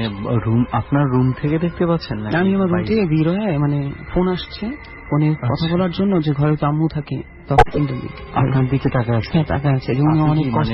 রুম, আপনার রুম থেকে দেখতে পাচ্ছেন না? আমি আমার রুম, তারপর আমি আর কথা বলবো কি, আমি ভিতরে চলে আসি, সাথে সাথে ভয়ে চলে আসছে। এরকম আমার এক ভাই বাইরে থেকে আসছে, জাপান থেকে আসছে, উনি থাকে হাতে আছে। তারপর আমি আর কথা বলবো কি, আমি ভিতরে চলে আসি, সাথে সাথে ভয়ে চলে আসছে। শুধু কাল 6টার দিকে ওনার ফ্লাইট আসছে, জাপান থেকে আসছে, উনি থাকে হাজারিবাগ আর কি। তো আমি ভাইকে দেখতে গেলাম, যে কালকে ভাইয়ের সাথে রাগটাগ করে আমি আর তার দেখা করি নেই। শুধু কাল 6টার দিকে আমার বাড়ির উদ্দেশ্যে রিস্কা টিস্কা পাই না, প্রায় গুলিস্তানে যে আমি হাইটা আসছি, গুলিস্তান পর্যন্ত, গুলিস্তান হাইটা আসছি আপনার। তখন ভাইয়ের সাথে দেখা টাকা করে প্রায় আমার ওইখান থেকে 1টার দিকে আমি রওনা হয়েছি আমার বাড়ির উদ্দেশ্যে। না, আর গেটে আটকা রাখছে, যেহেতু রাত্রে 2টা বেজে গেছে, এত রাত্রে গেট বন্ধ। এখন আম্মুকে আবার ফোন দিয়ে ডিস্টার্ব করবো, তো আমাদের বাড়িটা হচ্ছে যে ডাস্টবিন ধরে না, আর গেটে আটকা রাখছে, যেহেতু রাত্রে 2টা বেজে গেছে, এত রাত্রে গেট বন্ধ। এখন আম্মুকে বিল্ডিং, তো একটা বাথরুম ছিল, বাথরুমের ছাদ। তা আমি গেট দিয়ে যাবো, গেট দিয়ে গেলে শব্দ হবে, চোখ ভাববে অন্য কিছু। তো বললাম বাথরুমের ওই ডাস্টবিন সামনে, বাথরুমের পুরোনো টাইপের বিল্ডিং, তো একটা বাথরুম ছিল, বাথরুমের ছাদ। তা আমি গেট দিয়ে যাবো, গেট দিয়ে গেলে অনেক চিপা টাইপের, একটা মানুষ অনেক কষ্ট করে সেখানে ঢুকে। ওইখানে যাওয়ার পর আমি যখন ডাস্টবিনটা দেখলাম, যে একটা সেন কালো টাইপের, লোকটার চেহারা বানর আকৃতির, অনেক চিপা টাইপের, একটা মানুষ অনেক কষ্ট করে সেখানে ঢুকে। ওইখানে যাওয়ার পর আমি যখন ডাস্টবিনটা দেখলাম, যে একটা সেন কালো টাইপের, লোকটার চেহারা বানর, সরাসরি ড্রেনে মুখ দিচ্ছে, সরাসরি ড্রেনের মুখ দিয়ে পানি খাচ্ছে। তখন আমি চিৎকার দিতে পারতেছি না, কারণ আমি চিৎকার দিলে কোথায় যাবো? আমি এখন রাস্তায় আছি, তো কোনো ঘরে না বা বাড়ির ভিতরে না। ওই মানুষটার মধ্যে কি ভয় পাওয়ার মতন কিছু ছিল? ভয় পাওয়ার মতো কিছু ছিল, যে মানুষের অ্যাকচুয়ালি কোনো পোশাক আঘাত ছিল না। আচ্ছা, সম্পূর্ণ লম্বা ছিল, লম্বা, অনেক হ্যাংলা ছিল। আচ্ছা, একদম হ্যাংলা, ফুমালে পড়ে যাবে এরকম হ্যাংলা। আচ্ছা, হাত পা চিকন চিকন, কিন্তু লোম গুলো বড় ছিল, কালো। দেখলাম পানি যাচ্ছে, ভয় পেয়েছি ঠিকই। আমি সাহস নিয়ে হাত পা কাঁপতে কাঁপতে আমি ছাদ দিয়ে বাথরুমের ছাদ টপকে বাড়িতে নামছি। আম্মুকে আর ভয় কিছু বলি না, আমি যে এটা দেখছি, তাহলে আম্মু তো হয়তো আর কোনো জনকে যাচ্ছে বা কোনো জায়গায় থাকতে দিবে না আর কি, হয়ে গেল। এরপরে আম্মু আবার সেদিনকার বাথরুমে যাবে, একই রকমের ওই শব্দ পাচ্ছে আর কি। যখন আম্মু এই কথা বলল, তখন আমি আম্মুকে বলছি যে আম্মু এরকম আমি আর কি দেখছি। আচ্ছা, সাবধান করে দিচ্ছি। কিছুদিন পর সেই বাড়িতে আমি একজন বিষ খেয়ে আত্মহত্যা, একই বাড়ি, ওই একই বাড়িতে। ওই বাড়িটাতে কি কোনো সমস্যা আছে বা কিছু? আমার মনে হয় বাড়িতে কোনো সমস্যা নেই, আমার ঘটনা আমার সাথে এরকম সমস্যা হচ্ছে। আসলে সমস্যাটা ওনার সাথেই হচ্ছে, কারণ উনি যখন মনে হচ্ছে যে সুইসাইড করার জন্য নিজে একটা অ্যাটেম্প নিয়েছে, এরপর থেকেই ওনার সাথে এই ধরনের জিনিসগুলা ঘটছে আর কি। এই জিনিসগুলো উনি টের পাচ্ছে, যেখানে যাচ্ছে কিছু না কিছু একটা আত্মহত্যার ইনসিডেন্ট ঘটেছে। এই দুইটাই আত্মহত্যায় বা এরকম টাইপের, বা এমনি থেকে মারা যায় সেটা না। আচ্ছা, তো উনি মারা গেল, বাট ওনার আর কিছু দেখিনি, এতটুকু দেখছি। আর একদিন গরমের দিন জানালার সামনে আমি ঘুমাইতেছি, জানালা খোলা রেখা, যেহেতু আমরা পিছন সাইড থাকি, আর একটা চিকন একটা রাস্তা, চিপা একটা রাস্তা, তো ওই রাস্তা থেকে আসা যাওয়া করে না, যেহেতু ডাস্টবিন পাশে গেছে। এবার তখন আমি জানালা খোলা রাখছি, ঘুমাইছি, দেখলাম যে একদম কঙ্কাল আকৃতির চেহারাটা, দেখলাম দাঁড়ায় আছে। আর কুকুর, পাশের বাড়ি কুকুর পালে 3-4টা, পড়া চিলে গেছে, কুকুর খেয়াল করতেছে। তো দেখলাম যে দাঁড়ায় আছে, তখন আমি ভয় পাইনি, প্রচুর ঘুম ছিল দেখা আমি আবার ঘুমিয়ে পড়ছি। পরের দিন সকালে মনে হচ্ছে যে আমি এখানে কিটা যেন দেখছি আর কি। যা ঘটনা, পাশে এক ছোট ভাই, পাশের বাড়ি 15-16 হবে, সে সাউন্ড ম্যাজিক, নদীতে ওই লাইন টেন গেলে আমরা সবাই নদীতে বড় বড় জাহাজ থাকে, সেখানে যে আড্ডা মারি। এটা কোথায়? বুড়িগঙ্গা নদী, আপনার নীলবাড়ির মধ্যে জেঠি বলে, পাকা জেঠি। তো লঞ্চ থেকে আড্ডা মারছেন, লঞ্চ থেকে নামার সময় টপ করে পড়ে গেছে। ওই লঞ্চের যে থাকে না, চুবি না কি যেন ছিল, ওটার সাথে ধাক্কা লেগে উষ্টেটা পড়ে গেছে। আচ্ছা, তো ওইখানে পড়ে সাথে সাথে মানুষ হাবুডুবু খায়, ওই না একদম নিচে চলে গেছে। সে কি একেবারেই সাঁতার জানতো না বা কিছু? সাঁতার জানতো, যেহেতু এলাকার পাশে। কিন্তু আপনার বলার ভঙ্গি দেখে মনে হলো যেন জড় বস্তুর মতন পড়েই ডুবে গেছে। সাঁতার জানতো, বাট তেমনটা না, ভয় সাঁতার নামতো না, কখনো সাঁতার কাটতে দেখিনি, সাঁতার কিছুটা জানতো। তারপর পড়ে গেছে, বাট আমি তো দেখিনি, সবাই বলছে যে পড়ে গেছে। আমি খবর পেয়েছি, যেহেতু আমি একজন ভালো একজন সাঁতারু, আমি মানুষকে আমি সাঁতার শিখাই, ঢাকার বাইরে যাই, তো মনে খারাপ লাগলো যে আমাকে কেন বললো না, আমি তো অন্তত চেষ্টা করতাম বাঁচানোর জন্য। তারপর শুনলাম যে মারা গেছে, লাশ নিয়ে আসতেছে। লাশ নিয়ে দেখতে লাশ পেতে কোনো সমস্যা হয়নি, তাই না? প্রায় ডুবছে 10টার দিকে। লাশ পেতে প্রায় 3 ঘন্টা পার হয়ে গেছে। 2টা দিকে দিয়ে এরকম দিকে লাশ। আপনি তো ভালো সাঁতারু, আপনার কি মনে হয় যে একটা লাশ ওভাবে যেখানে জাহাজগুলো তো জেটিতে রাখা থাকে, হ্যাঁ তাই না? তো জেটির ওখানে পানি তো খুব একটা গভীর না। না, পানি গভীর। কতটুকু গভীর হতে পারে? হবে প্রচুর, সেটা তো বলতে পারি না, অনেক গভীর। মানে ওখানে লাশ হারিয়ে গেলে কি 3 ঘন্টা লাগার কথা খুঁজে পেতে? হ্যাঁ, 3 ঘন্টা লাগে। আচ্ছা আচ্ছা, সেটাই। আর সেখানে প্রায় প্রতি বছর বর্ষার সময় মানুষ 2 জন মারা যায় আর কি। আচ্ছা। তো বাড়িতে নিয়ে আসলে রাত 2টা এরকম 3টা বাজে। তখন আমার বাড়ির সবাই, আব্বা আম্মা, আমার বোন, পাশের বাড়ি সবাই দেখতে গেছে। যেহেতু এলাকার ভালো ছিল, দেখে সালাম দিত। তো গেল। এখন ঘরে আমি একা যে ভাবতেছি যে দেখতে যাবো না দেখতে যাই, যেহেতু এলাকার ছোট ভাই মারা গেছে, দেখা উচিত। তখন আমি দেখতে গেলাম। তখন আম্মু দেখলাম আমাকে যে তুই আসছো কেন, তুই তো ভয় পাস, তোর তো সমস্যা। আমাকে না দেখে আমি চলে যাবো। তারপর আম্মুর পাশে আমি, তখন যে লাশটা অ্যাকচুয়ালি মানুষের বাঁচানোর জন্য চেষ্টা তো করে, যে মরার খাটে যেটা গোসল করায় সেটার মধ্যে শোয়া রেখা তেল ডলতেছে, তেল লবণ টবণ ডলতেছে শরীরে, সারা শরীর। কেন? শরীরটা গরম হয় যদি বেঁচে উঠে। আসলে মানে বুঝছিস না, মানে কাছের মানুষ যারা আসলে বিশ্বাস করতে তো কষ্ট হয়ে যায়, তো শেষ চেষ্টা মানে তারপরেও আর কি করে যাচ্ছে যদি কিছু হয়। কিন্তু অনেক চেষ্টা করতেছে, এমনকি বুকের মধ্যে এই যে শরীর ঝাঁকিতে লাস্টটাকে আলগা ঝাঁকি দিতেছে, পেটের মধ্যে চাপ দিতেছে। একটা মানুষকে মানে প্রচুর কষ্ট হইতেছে দেখতে। একটা মানুষ হয়তো জীবিত থাকলে এই মনে হয় করলে জীবিত মানুষও মারা যেত। ঝাঁকি দিতেছে, উঠা উঠতেছে, পরে লাস্টে শোয়া পেটের মধ্যে যা দিতেছে পানি বের হয়ে যায়, মুখ দিয়ে ফেনা টেনে বের। ওই মুহূর্তে আমি ওগুলো দেখা মনে হচ্ছে কি লাশটা উঠা আমার দিকে আসতেছে, আব্বের কাছে। মানে এরকম আপনি দেখতে পাচ্ছেন? মনে হচ্ছে। হ্যাঁ, মনে হচ্ছে। তা আম্মাকে আমি বলবো যে আম্মা আমাকে ধরেন, এটা সব বলার মানে অতটুকু আমার নেই। পাশে একটা খাম্বা ছিল ইলেকট্রনিকের, যে খাম্বা সেটাকে ধরবো, সেটা ধরার আগে আমি নিজে পড়ে গেছি, আমি জ্ঞান হারাই ফেলি। আচ্ছা। কেনার পর সবাই আমাকে জ্ঞান হারানোর আগে পর্যন্ত আপনি দেখতে পাচ্ছিলেন লাশটা আপনার দিকে আসছে? আমার দিকে আসতেছে। ওটা দিয়ে আমি ভয় পেয়ে নিজে অজ্ঞান হয়ে গেছি। পরে যখন জ্ঞান ফিরছে তখন দেখি আমি ঘরে, আমাকে হাত পায়ে তেল দলতেছে। লাশটাকে আগে যখন ডলতো, এখন আমার হাত পায়ে তেল দলতেছে, যেটা আমার শরীর গরম। তো যাই হোক, এরপর থেকে আমি লাশটা দেখি না, কারণ দেখা হয়তো আমার পক্ষে ক্ষতি হয়ে যায় আর কি। এই কিছুদিন পর মানে আমার খালতো বোন ও আত্মহত্যা করছে। ওর সাথে দেখা হয়েছে যেদিন মরবে এর একদিন আগে নিউ মার্কেটে যখন আমি শপিং করতেছি ফ্রেন্ডের সাথে, ও আর বয়ফ্রেন্ডের সাথে শপিং করতেছি। আচ্ছা। আমি দেখিনি, আমার বোন আমাকে দেখা দৌড়ায় আমার গলা ধরলো, যে ভাই তুই এখানে? আমি তোর কতদিন পর দেখলাম, তোর ফোন টোন বন্ধ, তোরে খুঁজে পাই না, তার নাম্বার দিয়ে যা, আমি কালকে বাসায় যাবো। আচ্ছা ঠিক আছে, কালকে যাইস, আমি থাকবো। তো ওর রাত্রে 1টার দিকে খবর শুনছি যে ও মারা গেছে। ওই দিন রাতেই? অথচ আপনি তো তাকে মোটামুটি হ্যাপি অবস্থায় দেখেছেন। বিকেল টাইমে দেখছি। তাহলে কি ঘটেছিল আসলে? ফ্যামিলির সাথে বা ফ্রেন্ডের সাথে কিছু কয়েক ঘন্টার মতো পারিবারিক কারণে হয়তো, মানে পারিবারিক হ্যাপি ছিল। কিছু জিনিস আছে যে তুই দূর থেকে বাইরে থেকে দেখে বোঝা যায় না অনেক কিছুই। তো যাই হোক, মানে কিছু একটা প্রবলেম ছিল যে জন্য সে মানে সুইসাইড করেছে। হ্যাঁ, তখন প্রায় যাত্রাবাড়ি আলামিন রোড কাছাকাছি আমাদের গ্যানারি থেকে। আচ্ছা। তো লাস্টটা মানে এলাকা চাচু বা মা মাটি দিয়ে দিচ্ছে, যদি এটা কেস কামারি হবে, পুলিশ টুলিশ আসবে, মাটি দিয়েছে। আমরা লাস্টটা যা দেখতে পারিনি। আচ্ছা আচ্ছা, ওনারা খুব তাড়াহুড়ো করে মাটি দিয়ে দিয়েছেন। আমরা তখন আমাদের খালা আন্টির বাড়ি গেলাম। যাওয়ার পর যেহেতু লাশ দেখতে পারিনি, কবরটা তো দেখবো, এতটুকু সান্ত্বনা তো থাকে। সেটাই মানে ভয়। তো লাস্টটা মানে এলাকা চাচু বা মা মাটি দিয়ে দিচ্ছে, যদি এটা কেস কামারি হবে, পুলিশ টুলিশ আসবে, মাটি দিয়েছে। আমরা লাস্টটা যা দেখতে পারিনি। আচ্ছা আচ্ছা, ওনারা খুব তাড়াহুড়ো করে মাটি দিয়ে দিয়েছেন। আমরা তখন আমাদের খালা আন্টির বাড়ি গেলাম। যাওয়ার পর যেহেতু লাশ দেখতে পারিনি, কবরটা তো দেখবো, এতটুকু সান্ত্বনা তো থাকে। সেটাই। আমার এক ভাগ্নে ছিল, ওর 5 বছর বয়স। আচ্ছা। অনেক ফর্সা, ওর ফর্সা অনেক ফর্সা, চুল লাল লাল হয়ে গেছে, এত ফর্সা। তো ওই নিয়ে যাবো। আমার আন্টির যে বোন মারা গেছে, ওর মামি লাগে, আমি আবার তার আন্টি আন্টি কই। আচ্ছা। তো উনি বললো যে তুমি একা গেলে যাও, তোমার ভাগ্নিকে নিও না, ও দেখ মানে ও তো এক রঙের মানুষ, ওর ক্ষতি হতে পারে।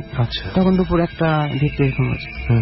তারপর ঠিক আছে, আমি একা গেলাম দিনের বেলা, দুপুর 1টা সময়। আচ্ছা। তখন আমি দেখি বাড়ি থেকে 10 থেকে 12 হাত দূর যাওয়ার সাথে সাথে যে মরা লাশের গায়ে যে আতর সুরমা দেওয়া হয়, সেই গ্রামটা আমি পাইতেছি আর কি। যে আমি আমার সাথে সাথে পাইতেছি। হয়তো কোনো লাশ টাশ নিয়ে গেলে বুঝতাম যে লাশ নিয়ে গেছে, তার গায়ে থেকে হয়তো গন্ধ হইতেছে, কিন্তু সেটা না। আচ্ছা। শুধু আমি পেতেছি। আর রাস্তাটা একটু নিরূপ টাইপের ছিল, লোকটা কম। ওকে। যেহেতু হয়তো ওই এলাকার মানুষ, আমার বোন মারা গেছে দেখে সবাই তার আমাদের বাড়িতে আসতেছে, এই জন্য কেউ নাই। তো আমি দেখলাম যে গান টান পাইতেছি, তখন আমি খুশি হলাম যে এটা আমার বোন হয়তো আমার পাশে আছে। আচ্ছা। প্রায় কবরস্থান থেকে আবার কবরস্থান যখন যাব, কবরস্থান হয়তো আমার 15 হাত দূরে এরকম, তখন গানটা চলে গেছে। আচ্ছা। গানটা চলে গেছে, ভিতরে যায় দেখি যে একজন লোক তসবি পড়তেছে, সাদা জব্বা টুব্বা পরা, কবরস্থানের ভিতরে একটা উঁচা টাইপের আছে পাকা, সেখানে। তো যাক ভালো, আমি কবরস্থানের ভিতরে কবর খুঁজতেছি, যে তোমার বোনের কবর কোনটা সেইটা। তারপর পাই না, পরে লোকটাকে আমি সালাম দিলাম, তো উনি আমি সালাম দেওয়ার সাথে সাথে উনি দাঁড়ায় গেল, দাঁড়ায় কবরস্থানের ভিতরে চলে গেছে, ভিতর দিকে। আমি মানে অবাক হয়ে গেলাম যে কেমন, যে সালাম উত্তর তো দিল, অন্তত দিল না। কোথায় চলে গেল উনি? কবরস্থানের ভিতরে আর কি। কবরস্থানের ভেতরে দিকে উনি ভেতরেই ছিলেন, বাট আরো ভেতরের দিকে চলে গেলেন। মানে পাশে ছিল না, দিয়ে একদম কথা না বলে ভিতরে চলে গেলেন। উনি যাওয়ার সাথে সাথে কবরের ভিতরে কোথাও থেকে মানে অনেক ঘ্রাণ, চকলেটি ঘ্রাণ বেরোচ্ছে। আচ্ছা। প্রচুর ঘ্রাণ বেরোচ্ছে।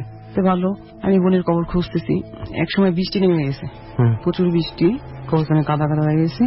দেখলাম একটা নতুন কবর, তো ভাবলাম সেটা আমার বোনের কবরই হবে। ওই কবরে 2টা পুকুর ছিল, বড় বড় 2টা পুকুর ছিল, পাশে বাঁশ বাগান এরকম, বাঁশ ক্ষেত্রে। তারপর 2টা পুকুর, একটা পুকুর পুরো পদ্ম ফুল দিয়ে ঢাকা হয়ে গেছে, বাকি একটা পুকুর ঘাট থাকে, জমিদার আমলে যে ঘাটলা তৈরি করা থাকে ওই প্যাটার্ন, ওইখান থেকে পানি। এখন তো আমি কিছু নিয়ে যাইনি, ওই যে নারকেল আছে না, নারকেলের খোসা, ওটা নিয়ে নেন, পানি নিয়ে কবর ঢালতেছি। আচ্ছা। কবর ঢেলে কবর লিখতেছি আর কি। ব্যাপারটা বা শেষ হয়েছে, হাত পা কাদা, এখন হাত পা ধুইব। বাট ওই পুকুরটা দিয়ে যাচ্ছিল, আমার ভয় লেগে গেছে যে পুকুরটা এরকম কেন, কেউ ওনার পুরোনো টাইপের পুকুর, পদ্ম পাতা সহ পুকুরটা। হ্যাঁ হ্যাঁ। আচ্ছা। বাঁশ ঝাড়টা ভরা পুকুর 2 সাইডে। এখন আমি ভাবলাম না, পুকুরটা আমার কাছে অ্যাকচুয়ালি ভয় ভয় লাগতেছে পুকুরটা দেখে। আচ্ছা। এটা ধোঁয়ার দরকার নেই, আমি বাসে যেতে হবে। বাড়িতে চলে গেলাম। বাড়িতে চলে যাওয়ার পর আমার যে ওই যে বোন যাকে আন্টি বলতো, আমি যাকে মামি বলতাম, তো মামিকে বললাম যে আপনাদের কবরস্থানে তো আমি কখনো পুকুর দেখিনি, বাট এই কবরে বড় বড় 2টা পুকুর দেখলাম, এরকম পুরোনো টাইপের। আমি হাত পা ধুতে গেলাম, বাট ভয় লাগলো। তুমি ভালো করছো যে এই পুকুরটা অ্যাকচুয়ালি ভালো না। কেন? যে এই পুকুরে প্রতি বছর বলে একটা আলাম খাসি ভোগ দেওয়া হয় আর কি। আলাম খাসি কবরে এই পানিতে দেওয়া হয়, সাথে খাসিটা অ্যাকচুয়ালি ডুবে যায় আর কি। মানে একটা খাসি ওখানে দিয়ে দেওয়া হয়, বলির মতন করে দেওয়া হয়। মানে এটা কিছু ভোগ দেওয়া হয় আর কি, আলাম খাসি কবরে। এই উনি অ্যাকচুয়ালি স্বপ্নে দেখছে যে এই পুকুরে যে নামবে, ফজরের পর পর যে নামবে, আমি তাকে নিয়ে যাব। আচ্ছা। তো উনি এটা স্বপ্নে দেখছে। সেম আজানের পরের দিন সকালে, ফজরের মানে আগে দেখে সেম একজন গামছা পর একজন লোক ওইখানে গোসল করবে। আচ্ছা। উনি যে এটা দেখছে, স্বপ্নে যেটা দেখছে, বাস্তবে সেটা দেখলো। তো ওই লোকের হাতটা ধরলো যে তুমি নেমো না, সমস্যা আছে, বাট নামে নেই। বাট ওইখান থেকে আর কি ভোগ দেওয়া হয়, ওনাকে হয়তো নির্দেশ করছে এরকম দিতে। তারপরে সবাই এই কাজটাই করে। এটা এখনো চলছে? হ্যাঁ, এটা এখনো চলছে এই আর কি। আর আপনার তো কোন রকম কোনো প্রবলেম হয়নি, তাই না, ওই পুকুরে হাত পা ধোয়া? না, আমি ওটা দেখে আমি ধুইনি আর কি। আচ্ছা আচ্ছা। অ্যাকচুয়ালি কি, আমি যখন এই কাজটা করছি 2010-এর 15 জানুয়ারি, তখন থেকে আমি যেখানে যাই, রাত্রেও থাকি, বাট সেই বাড়িতে কি হচ্ছে পরের দিন সকালে আমি আর কি বলতে পারি, নিজেই বলতে পারেন না? নিজেই বলতে পারি পরের দিন সকালে, বাট যখন সাথে সাথে তখন না, রাত্রে থাকার পর রাত্রে আমি এটা, মানে আমি বলতে চাইছি, এখন যদি আপনি আমার সাথে গিয়ে আমার বাড়িতে থাকেন, তাহলে কালকে আপনি বলতে পারবেন আমার বাড়িতে কি কি হয়েছিল না হয়েছিল? এটা আমি এখন বলতে পারতেছি না, কিন্তু রাত্রি থাকার পর সকালে বলতে পারবো এরকম কিছু। মানে কোন জায়গায় আপনি কোন একটা রাত্রে পরের দিন যায় বলতে পারেন যে কি হচ্ছে এখানে। আমি জানি না এটা কতটুকু আদৌ পসিবল বা কতটুকু আদৌ পারেন কিনা। এটা হয়তো বা কোনো একটা সময় যদি কখনো প্রমাণ করা সম্ভব হয়, আমরা একবার চেষ্টা করে দেখতে পারি যে আজকে রাতে আমরা যেই জায়গাটাতে আছি, যেই জায়গায় আমরা ঘটনা শুনছি, তো এখানে কি হয়েছে কিনা পরবর্তীতে যদি আমরা জানতে পারি আপনার কাছে, তাহলে হয়তো বা আমরা বুঝতে পারবো। তো ওকে, রাহাত ভাইয়ের ঘটনা তো শুনলাম রেহান, রাহাত ভাইয়ের ঘটনাও শুনলাম, রাহাত ভাই যেসব ঘটনা ঘটিয়েছেন সেটাও শুনলাম। তো আমার কথা হচ্ছে যে ওনার স্টোরিতে আমরা বেশ কয়েকটা সুইসাইড এবং সুইসাইড অ্যাটেম্পট পেয়েছি। তো একটা জিনিসই রিকোয়েস্ট থাকবে লিসনারদের কাছে, do not take it as an inspiration, this is not the way. আমরা শেষ পর্যন্ত দেখব, এই চেষ্টাটা আমরা করব না। আমার মনে হয় রাত ভাই আর এটাই সবচেয়ে বলবে। বড় কথা হচ্ছে আমি চাই যে আমি যেটা করছি সেটা যেন কেউ না করে, কারণ ধরে আমার রাগ অ্যাকচুয়ালি অনেক বেশি, রাইট, এই রাগের কারণে অনেক ক্ষতি হয়ে যায়, তো এই ক্ষতিটা যেন কেউ না করে। সবচেয়ে বড় কথা আপনি হচ্ছে- নিজে এটা বলে দিয়েছেন, এটা খুবই ভালো হয়েছে শ্রোতাদের জন্য। আর আমি মনে করি যে কেউ সুইসাইড বা এই ধরনের অ্যাটেম্প নেওয়াটা এটা সম্পূর্ণ আমি কাপুরুষতারই কাজ। হয়তো ইচ্ছাকৃত ভাবে করিনি, আমি একটা ফাইজলামি টাইপের করতে গেছি, কিন্তু এটা বাস্তবে সিরিয়াসলি হয়। রাইট, অনেকে এটা ইমোশনালি এভাবে নেয় যে এটা চিন্তা করে যে আমার মৃত্যুটা দেখে হয়তো আমার আশেপাশের মানুষ খুব কষ্ট পাবে, হ্যাঁ, তখন আমি একটা আমার- প্রতিশোধের মতো নিতে পারবো। হ্যাঁ। কিন্তু সত্যি কথা বলতে কি, একটা মানুষ যখন চলে যায় না, তখন আর কেউ বেশি দিন মনে রাখে না। মনে রাখে। সে যত আপনই হোক না কেন, আলটিমেটলি সেই মানুষটারই চলে যাওয়া হয়, জীবনটা তারই ক্ষয় হয়, আর কিছু হয় না। ওকে, আমরা চল, আরো একজন আছে, এবার তার ঘটনার দিকে চলে যাই। ওকে, ডর নিয়ে আবারও আমি আর সুমন্ত আছি সবসময়, আর ডরে সবসময় অতিথি থাকেই। আর আজকে আমাদের সাথে সাগর নদী না, আমাদের সাথে আছে আকাশ। কেমন আছেন আকাশ ভাই? ইনশাল্লাহ আপনার দোয়া ভালো আছে, আল্লাহর মতে। ওকে, তাহলে আমরা কি শুরু করে দিব? ঠিক আছে, আমরা তাহলে আর সময় নষ্ট না করে শুরু করি। প্রথম গল্পটা কোনটা সেটা দিয়ে শুরু করি আমরা। আর তার আগে একটু আকাশ ভাই কি করেন বলে আমি দেবেন? রিক্সা চালাই, আমি আচ্ছা। একটা রিক্সা চালাই, এই রিক্সা চালাই আমার সংসার চলে। এক পা দিয়ে আপনি রিক্সা চালাচ্ছেন? তো এই জায়গায় বলতে চাই যে আকাশ ভাই আমাদের সঙ্গে জার্নিতে যোগ দিয়েছে, উনি রিক্সা চালায়, মানে বুঝতেই পারছেন যে তার জন্য জীবন ধারণটা কতটুকু কষ্টকর। এবং তার চেয়েও আরো একটা বড় বিষয় হচ্ছে ওনার একটা পা নাই, তারপরেও একটা মানে অদম্য ইচ্ছা থেকে উনি ডট টিমের সাথে যুক্ত হয়েছেন জার্নিতে, যে আজকে তার ঘটনাগুলো বলতে চায়। চল তাহলে শুনুন, আমরা গল্পে চলে যাই। আচ্ছা আকাশ ভাই, আমরা শুনেছিলাম ডট টিমের কাছে ঢাকা শহরের খুব মানে বিখ্যাত একটা মেডিকেল কলেজে আপনার কিছু একটা ঘটনা হয়েছিল। তো এই ঘটনাটা কি ছিল একটু শুরু থেকে বলেন, এবং এটা কতদিন আগে ঘটনাটা ঘটেছে? গরমটা যে আমার শালা মিয়া, আপনার শালার সাথে ঘটেছে? আমার শালার নামে সুমন, ছোট মানুষ, ওরা তো 3-4 জন মিললা ল্যাংটার মাজার গেছিল। আচ্ছা আচ্ছা। ওই ল্যাংটার মাজারটা এরা 4 দিন ঘুরিয়া, মানে সবাই মিলে সবার যাদের মধ্যে হ্যাঁ বসে একলা। হুম হুম। মানে আমার শালা বলতে একলা মানুষ, আমার কি মাজারে কি বেয়াদবি করছে না কি করছে ওটা আর বলতে পারে না। আচ্ছা। পরে একদিন রাতের 12টার সময় আমাদের বাসা আইসে, 12টার সময় আমার শালা ডাক্তার গেট থাবা যে দোলাভাই গেটটা খুলেন। কি হয়েছে? দোলাভাই আমি সুমন। আমরা খুলে দিকে আসবো সুমন। পরে সুমনের মারা ডাক দিলাম এবং সুমনের বন্ধু ডাক দিলাম। পরে ওর মানে কাপড় চোপড় মানে কিরকম একটা রক্ত মানে পায়ের দিকে চামড়া চামড়া উঠে যেতে পারে পায়ের দিকে। পায়ের দিকে চামড়া উঠে যাচ্ছে? পায়ের দিকে মানে বেদ করেছে তো, মানে পাওয়াটার ভিতরে মানে চামড়া দিয়ে আস্তে খুলে পড়েছে। আচ্ছা, মানে আপনি বলতে চাচ্ছেন ওই মাঝারে সে এমন কিছু কাজ করে আসছে যেই কাজটা করা উচিত না? না। আচ্ছা, ওকে। তারপর যাক, তারপর আমরা তার মারে বললাম দেখো সুমনের পায়ের রক্ত বেরোতেছে, তো তুমি এক কাজ করে কি যেন হয়েছে। পরে আমরা বলি সুমন তোমার কি হয়েছে? তো ভাই আমার তো কিছু হয় নাই। পরে ঠিক আছে, আমরা তোমার পায়ের কে সাপ কে রক্ত, পরে তুমি প্যান্টটা পাল্টাও। পরে সেই প্রেমটা খুললে পাল্টাতে পেনের লাগলো, মানে গোস্ত চাই না মানে কাপড়ের সাথে সাথে মাংস খুলে যেতেছে। তারপর খুলে যেতে পরে আমরা আবার এই চিন্তা ভাবনা করে তারপরে সবাই মিলে তাড়াতাড়ি এটা কোনো মতো পেঁচায় মশায় মেডিকেল নিয়ে দিতেছে। তো আর মা মানে আজকে সবাই মিললে রাতে 12টার দিকে সিএনজি মুঞ্জি পাই না কিনা, তো লাস্টে একটা সিএনজি পাইছি, এক সিএনজি সবাই কিছু, আর বাকি দিন মানুষ অন্য দিয়ে বাসা মেডিকেল পৌঁছায় যাবার লেগে মেডিকেল নিয়ে আসছে। তো যাক, আমি আবার দূরে গেলাম, লিফটের 5তলা ভর্তি হয়েছে। আচ্ছা, ওই হাসপাতালে 5তলায় 115 নম্বর ওয়ার্ড। ওকে। তো রাত্রে আবার ডাক্তার নাই, নার্স আছে। নার্সকে বললাম, নার্স বলছে ঠিক আছে তুমি এক কাজ করো, তোমার সিটি এবার বহন করো, তোমরা রুগীর কাছে যাবো, আর আমি স্লিপ দিই তোমার কাছে। না ম্যাডাম, আমি আপনার কাছে যাই, আপনি কি দিবেন আমাকে দিয়ে। ম্যাডামের নাম দিয়েছি, ম্যাডামের স্লিপ লিখে দিয়েছে, ওষুধ জানা লাগে, আবার ডাক্তার মতো যা যা লাগে আনলাম। তো আমি আবার গেছি, যেতে যেতে যেতে এক বৃদ্ধ মহিলা, মানে একবারে বয়স্ক, মানে আমি যেই সিঁড়িতে নামতেছি আমি লিফটটা পারতে পারি না, সিঁড়ি দিয়ে আপনি সিঁড়িতে আমি নামতেছি। একটা বৃদ্ধ মহিলা বলছে তুমি কোথায় চাও? আমি দেন আমি ওষুধ আনতাম। ওষুধ তো এই দিকে পারবা না, তো ওষুধ এক কাজ করো, তুমি ওই সিঁড়িতে পাইয়া অন্য গুলিতে যাও। আচ্ছা। অন্য গুলিতে গেলে ওই গুলিতে তোমার পিছাতে ডাক্তার ওষুধ নিয়ে বসে। আচ্ছা। তাই আমি ঠিক আছে, হইতেও পারে। তো আমি আর ওদিকে না যাই, যে আমি ওইদিকে গেছি, আর কোথাও গেছি। কতক্ষণ পর্যায়ে দেখি মানে কিনো মানুষ নাই, টানুষ নাই, কিছু নাই, মানে নীরব মানে এরকম একটা জিনিসটা ভয়াবহ জিনিসটা। আচ্ছা। লাশের ঘর, মানে মর্গের কথা। আমি হাঁটতে হাঁটতে মানে কোন জায়গায় গেছি, তারপর আমি একটা গেট খুলে গেছে, পরে আমি চিন্তা করলাম মনে ডাক্তারখানা আছে। আমি ডাক্তার মনে মনে যে আমি ঘরটা ঢুকছি, ঢুকে দেখি কি মানে আপনি মানে একটা দরজা খোলা দেখে আপনি ভেতরে যাচ্ছেন, যে হয়তো বা এখানে কেউ থাকতে পারে। জি জি, সেই জন্য আপনি ঢুকেছেন। জি জি জি, আমি দেখছি দরজা খুলছে, কে জানি আমার ডাক্তারখানা আছে, তো ডাক্তারখানা থাকলে আমি ওটাকে ওষুধ হ্যাঁ আমি ডাক্তারের রুম মনে বোঝাই আমি মর্গ ঢুকেছি আমি তো জানতাম না এটা মর্গ, আমি তো মনে বুঝলাম যে এটা ডাক্তারখানা। তো তাতে ভাবছিলাম যে কি গেট খুলে পর দুনিয়ার কান্না কানি চারুটা হইছে।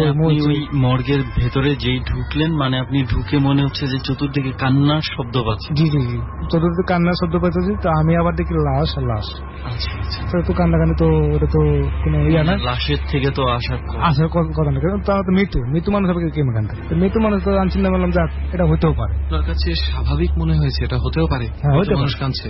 তখনই ভৌতিক কোনো কিছু একটা ধরে নিয়ে যে স্বাভাবিক ভাবে নিজের সাথে যে হ্যাঁ ভৌতিক কোনো কিছু ব্যাপার হলে অ্যাটলিস্ট আমার ধারণা উনি বোঝাতে চেয়েছে যে অ্যাটলিস্ট উনি ব্যাপারগুলোর সাথে ইউজ টু। আচ্ছা জি যাক, আমি চিন্তা করলাম এই লাশের এই ঘরটা আমি এবার কেমে যাবো, তো এটা তো ডাক্তার করল না, তো আমি তো মর্গে বললাম, তাই আমি কেমনি চলে যাবো। তাই আমি যাই চলেছিলাম, পিছিয়ে আমার কিছু ডাক্তার এই ছেলে এদিকে আসো, এই ছেলে এদিকে আসো। আমি আবার পিছিয়ে চাই তুই মর্গে গিয়ে ডাক দিব আমার পিছিয়ে তো কিছু নেই। তখন আমি চিন্তা করলাম যাক কিছু নেই, মনের ভুল তোরা, এটাতে আমাকে একটা অভ্যাস, আমার বুট পেটনির দিকে আমাকে একটা কারণ বেশি থাকে আর আমাকে সাহস বেশি, এটা দেখে আমাকে একটা ইয়ে আছে কায়দা আছে, তাই এরকম ভয় পেলে চলবো না। তো ঠিক আছে আমি আবার গেটটা আমি আবার ভয় তুলেছি, চুরি চুরি মানে ভয়ঙ্কর চিৎকার। তখন আমি কি এত ভয়ঙ্কর চিৎকার জীবনে শুনেও, আর আমি দেখি আমি আশেপাশের কোন আমি ছাড়া কোন আচ্ছা লাশ, আমি লাশের সামনে বসছি, আমি আবার লাশ বান খুলছিলাম, একটা বান খুলছিলাম, খুলে দেখি একটা চোখ হিরিগুম বড় লালের মতো টুকটুকা মানে জিবাটা এইভাবে বেড়ালিস, এটা আবার জন্য বানটা আবার ঠেলছি। আমি গেছি হে বৃদ্ধ মহিলা আমার সামনে রেখে তুমি কই আস, তুমি ওষুধ নিবা? আমি ওষুধ নিব না, এটা তো আপনি তো আমার ভুল ঠিকানা দিচ্ছেন, তো এটা তো লাশের ঘরে আমার ডরেছি মরগাছ, তো আপনাকে কথা আমি শুনব না। কেন তুমি কথা শুনবো না? তুমি শুনেন আপনি কি আমার জানে মাত্র হয়েছেন না আপনার কি আপনি আমি এতটুকু আমার একটু বলেন, আর কিছু না বললা অনেক কিছু টেস্ট তুই স্যার এত হেল্প করলো কোয়া পর্বত আমি একে দৌড়ে লাড়ি স্লিপ করে পড়ে যায়, এই সিঁড়িতে পড়ে যাওয়ার পর আমার মামুরা এক বুঝেছে যে আমার বাইক নেটা কই এত গেছে ওষুধ লিখে পর আমার বাইক মামু সবাই মিলে দৌড়ে দেখি সিঁড়িতে আমি পড়ে গেছি। পড়ে যাওয়ার পর তো মামু আমার উঠাইছে, উঠে মাথার পানি দিতে আমার দেখবো না উড়ে গিয়ে দেখবো, আমার মামু আমার কইলো মাথা পানি 1 ঘন্টার পর মানে 3:30 আমার মাথার জ্ঞানটা আইছে, জ্ঞানটা পর বলছে তোমার কি এই করে কি আমি তো দিন ঘুরে গেছি।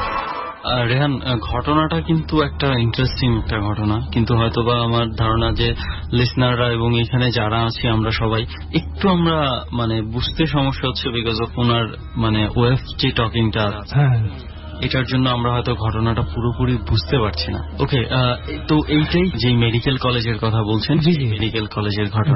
তো ওকে, আমরা তো প্রথম ঘটনাটা শুনলাম আকাশ ভাই আপনার কাছে, এবার আরো একটা ঘটনা আছে যেটা আমরা ডরটিমের কাছে শুনেছি, সেই ঘটনাটা কি ছিল একটু সেই ঘটনাটা শুনে ফেলি রেহান। শুনে ফেলি। আমার ঘটনা হচ্ছে আমি একদিন রাতে শুয়েছি, বৃহস্পতিবার দিন রাত, শুক্রবার দিন রাতে আমার স্বপ্ন দেওয়া হয়েছে যে তোমার বাবা মারা আছে তুমি আসো। শুক্রবার দিন রাতে আপনি স্বপ্ন দেখলেন যে আপনার বাবার মৃত্যু হয়েছে, স্বপ্ন দেখেছেন? জি জি। তারপরে কি হলো? তারপরে আমি স্বপ্ন হইতে পারে ওয়াইফলে না বললা, তো আমি আমার কাজের মধ্যে নাম চলে গেছি সকাল রাতে 11টার সময় বাসায় খাইছি, তো এরকম সময় আবার ফোন আইছে দেশেতে, আমার মা ফোন দিয়ে বলছে বাবা তুমি কোথায়, তোমার বাবা মারা গেছেন, তুমি তাড়াতাড়ি আসো। সত্যি সত্যি আপনার? হ্যাঁ সত্যি সত্যি মারা গেছে। হ্যাঁ, তো বলছে তারপরে মা এটা কি বলেন, আমি গত রাতে আমি যে স্বপ্ন দেখছি এটা কি সত্যি হতে পারে? আমার মা বলছে তুমি কি দেখছো? যে আমি দেখছি আমার বাবা মারা গেছে। সত্যি বাবা তুমি যেদিকে আসো তুমি তাড়াতাড়ি আসো, যে এই রাতে আসো, তুমি না আসলে তো লাস্টটা কবর হইব না। তোমার বাবা মরার আগে বলছে যে আমার ছেলেটা তুমি 1 নজর দেখতে পারো, আর যদি ছেলেটা নজর নেবে আমরা 1 মুঠের হাতের মাটি দেওয়ার জন্য আমার পরে প্রথম মারা হচ্ছে, এটা বলছিল। 1 মুঠ আপনার হাতের মাটি যেন প্রথমে পড়ে, এটাই আমার বাবা বললে মারা গেছে। আমার বউরে বলছে শোনো তুমি আমার বাচ্চাটা নিয়ে তুমি শুয়ে থাকো, টেনশন মেনশন করো না, আমি বাবার খবর দেবো, আমি 2-3 মিনিটে আমি এসে পড়বো। রওনা দিলাম। তবে রওনা দেওয়ার পর থেকে কাউন্টার বন্ধ, সব 11:30 বাজলে কাউন্টার একটা বন্ধ হয়ে যায়, মানে কোনো গাড়ি করে আর ওদিকে নাই যাওয়ার জন্য। আমি কেমনি যাবো, একদম বাবার মৃত্যু শুনলাম, তো অনেক তো আমি 2-3টা গাড়ি আমি থামাইছি, কেউ থামাইলো না। লাস্ট পর্যন্ত একটা গাড়ি পাইছি, ফরিদপুর যাবো মালের গাড়িটা। ফরিদপুরের গাড়িতে? হ্যাঁ, ফরিদপুর গাড়ি না, ওটা আপনার পিক আপ। আচ্ছা আচ্ছা, মালের পিক আপ, মানে মাল লয়ে যেতেছে। আমার রাস্তা আমার দিল। আপনাকে কোথায় নামাই দিল? চৌরাস্তা নামাই দিয়েছে। আপনাদের বাসা থেকে সেটা আমাকে বাসা থেকে আবার 10 খেত পার হয়ে ঠিক হাইটে যেতে হয়। নামাই বাজে 1টা। হ্যাঁ, তারপর আমি হাঁটা শুরু করলাম, আমার চাই দেখি আমি আল্লাহ আল্লাহ আমার বাপরা কিলে নিয়ে গেলাম। ওই যে রাস্তাতে আমরা যাবো, এই রাস্তা একজন মানুষ আর কোন মানুষ আইতে পারে না। আচ্ছা, এত চিকন সরু রাস্তা? হ্যাঁ, চিকন রাস্তা, মানে একজন দিয়ে আরেকজন আইতে পারে, ধান খেত পাওয়া যাচ্ছে এরকম অবস্থা। দূরে থেকে একটা লোক কেটা সামনে এসে দেখি আমার বাপ। না আমি ভয় পাই, আমি আবার বলছি আব্বা তুমি এরকম ঘটনা, তুমি বলে মৃত্যু হয়েছো, আমার আম্মা তোমার ফোনটা বলছে যে একটু আগে 1 ঘন্টার আগে পড়ানো আমি তোমার না আইসি তোমার দেখবার জন্য। ও আমার আব্বা বলছেন না বাবা আমি তো মরি নাই, তুমি একটা তুমি এত রাত করে আইসো, তোমার আমি আজ্ঞাতে আমার বাসায় করে আইসি, আচ্ছা তোমার মা এটা সদন করছে, চলো। আমি ভাবছিলাম ঠিক এটা হইতেও পারে, মা মানে দেখে নেই আমার অনেকদিন ধরে দেখে না, এই জন্য হইতেও পারে আনানোর জন্য এই ধরনের একটা দুষ্টামি করেছে। হ্যাঁ দুষ্টামি করছে, আমি এটা ভাবছিলাম।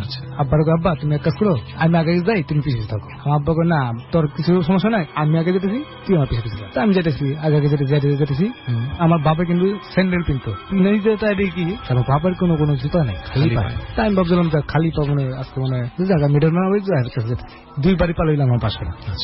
বাড়ির সাথে মানুষের অনেকজন হয়েছে কত দামি হতেছে কানে। আমি আব্বার আব্বা আমার বাড়ির ভিতরে কি হচ্ছে উঠেছে, বাবা কিছু না কোন একটা বিয়ের অনুষ্ঠান হতেছে। তাই মনে হচ্ছে তুমি উঠে কই দাও, কই তোর বোনটার আছে, তোর বোনের লেম তোর বোনের তোর এক লোক বিয়ের অনুষ্ঠান নিয়ে খেতে গেল। তো তখন উঠে দিতেছে তোর কোন বিয়ের কোনো হয় না। আমি আবার আমার মা আবার আমার বাবার দিক যখন যেতেছি, যে বটগাছ যেতেছি, মাথা মানে একটা মাথা মানে আমি আগামো আমার চোখে পড়েছে। তো আমার মায়ের দেখ দিই তোর ভাই চিপে কই যা, মারা দেখতেছে না আমি কাল লোক যেতেছি। পর আমার ভাই পাঠা দিল, বোন পাঠা দিল, মা ভাই বললো হারকিন নিয়ে এই আকাশ তুই কই যেতে চিপার ভিতরে। আমি কে আব্বা আমার ওই বোনের নিয়ে যাবো, বোন শুধু তোমাকে বিয়ের বাড়ি বিয়ে খাতে নিয়ে যাবো না, কোনো বিয়ে দিও না তাকে আমার আড্ডার টান্ডা নিয়ে বাসালে দিই। তখন আপনাকে যখন টান দিচ্ছিল তখন আপনার বাবা কোথায়? আমার বাবা নাই, আপনি তাকে সামনে দেখতে পাচ্ছেন না? তখন আমি কিছু আমি তখন এটা খেয়াল করিনি বাবা আছে কিনা আছে, এটা আমি দেখি আমি আপনার মতন যাচ্ছি পরে দেখি যে আমার বাবা লাশ। আমি মারা দিই মা যে আমার বাপ যদি মারা থাকে, তো আমি যে যা শুনি যে রাস্তাতে এটা সাথে আসলাম সেই কি আছে বাপ তো আমার একটু আগে আমার চললো, তো গছ কি তো বাপ একটু আগে তোর লিয়ে গেলো, কই লিয়ে গেলো। আমি রাস্তার মাঝখান দাঁড়িয়েছি, আমার বাবা আমার লিয়ে গেলো। তো অনেক কানে করবো যে কবর দিলাম, কবর ধরবো। তবে আমার মা বলছে তুই আর উই বটগাছটা যাস না, তুই আর একটা ক্লাস যাস না, শনিবার দিন লাস্ট কবর দিয়া পরের 5 দিন গেছিলাম বাসায়। আচ্ছা তারপরে এই আমার কথা। আচ্ছা বুঝতে পেরেছি আকাশ ভাই, আপনার ঘটনাগুলো বিশ্বাস করা অনেক বেশি কষ্ট হয়ে যায়, কারণ মৃত মানুষ ফিরে আসতে পারে একমাত্র আমাদের শ্রোতা বন্ধুরা যেভাবে বলেন, আমরা যেভাবে যতটুকু জেনেছি, মৃত মানুষ ফিরে আসে না, মৃত মানুষের রুহু ধরে জিন এ ধরনের ভাবে মানুষকে টানে মৃত্যুর দিকে বা অন্যদিকে বা ভুল দিকে।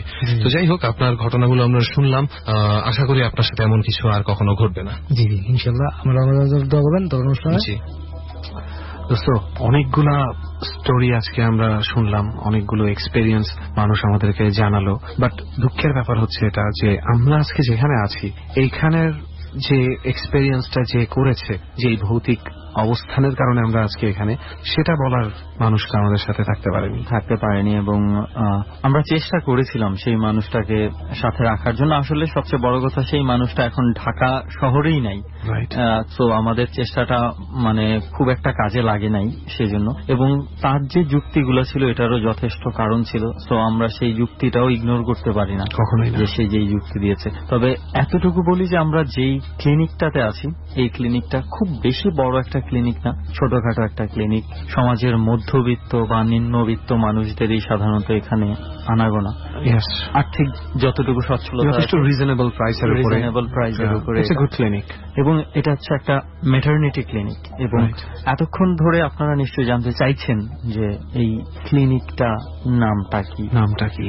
আসলে এটা নিয়ে আমি একদম প্রথমেই ক্ষোভ প্রকাশ করেছিলাম, কারণ বুঝতেই পারছেন এটা হচ্ছে একটা ব্যবসায়িক প্রতিষ্ঠান এবং এটা স্বাভাবিক। শুধু ব্যবসায়িক প্রতিষ্ঠান না, এটা এখান থেকে মানে সোশ্যাল সার্ভিস দেওয়া হয়।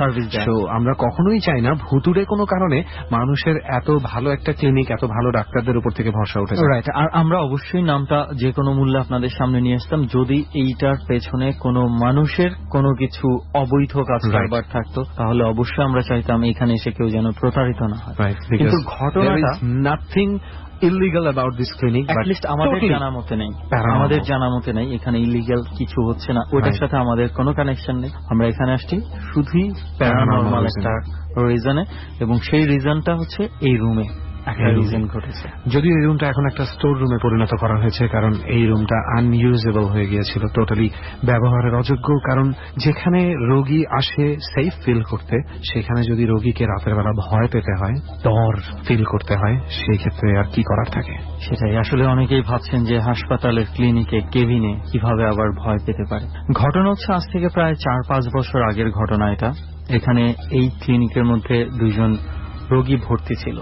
রাইট। এই ক্লিনিকে মানে আরো 2টা রুম আছে, this one is the 3rd room, এবং যেহেতু একটু ছোট ক্লিনিকটা, এই রুমটা ছিল ডাবল বেড। মানে এক কোনায় একটা বেডে এক রোগীর জন্য, আরেক কোনায় আরেকটা বেড, মাঝখানে একটা স্লাইড ছোট পর্দার মতো ছিল। এভাবে মেইনটেইন করা হতো আর কি। 5 বছর আগে যেই ঘটনাটা ঘটে, খুবই স্বাভাবিক যে কোনো ক্লিনিকে, যে কোনো হাসপাতালে প্রায় মৃত্যু হয় দুর্ভাগ্যজনকভাবে। অনেক সময় অনেক রোগ চিকিৎসার অতীত থাকে, তাই হয়তো অনেক সময় ডাক্তাররা পারেন না বাঁচিয়ে তুলতে। যাই হোক, এটা পুরোপুরি প্রাকৃতিক ব্যাপার, মানুষের মৃত্যু হবেই। বাট অতিপ্রাকৃত ব্যাপার যেটা, সেটা হচ্ছে মৃত্যুর পরে সেই মানুষটার এই একই বেডে একই ক্লিনিকে আবারও ফিরে আসা।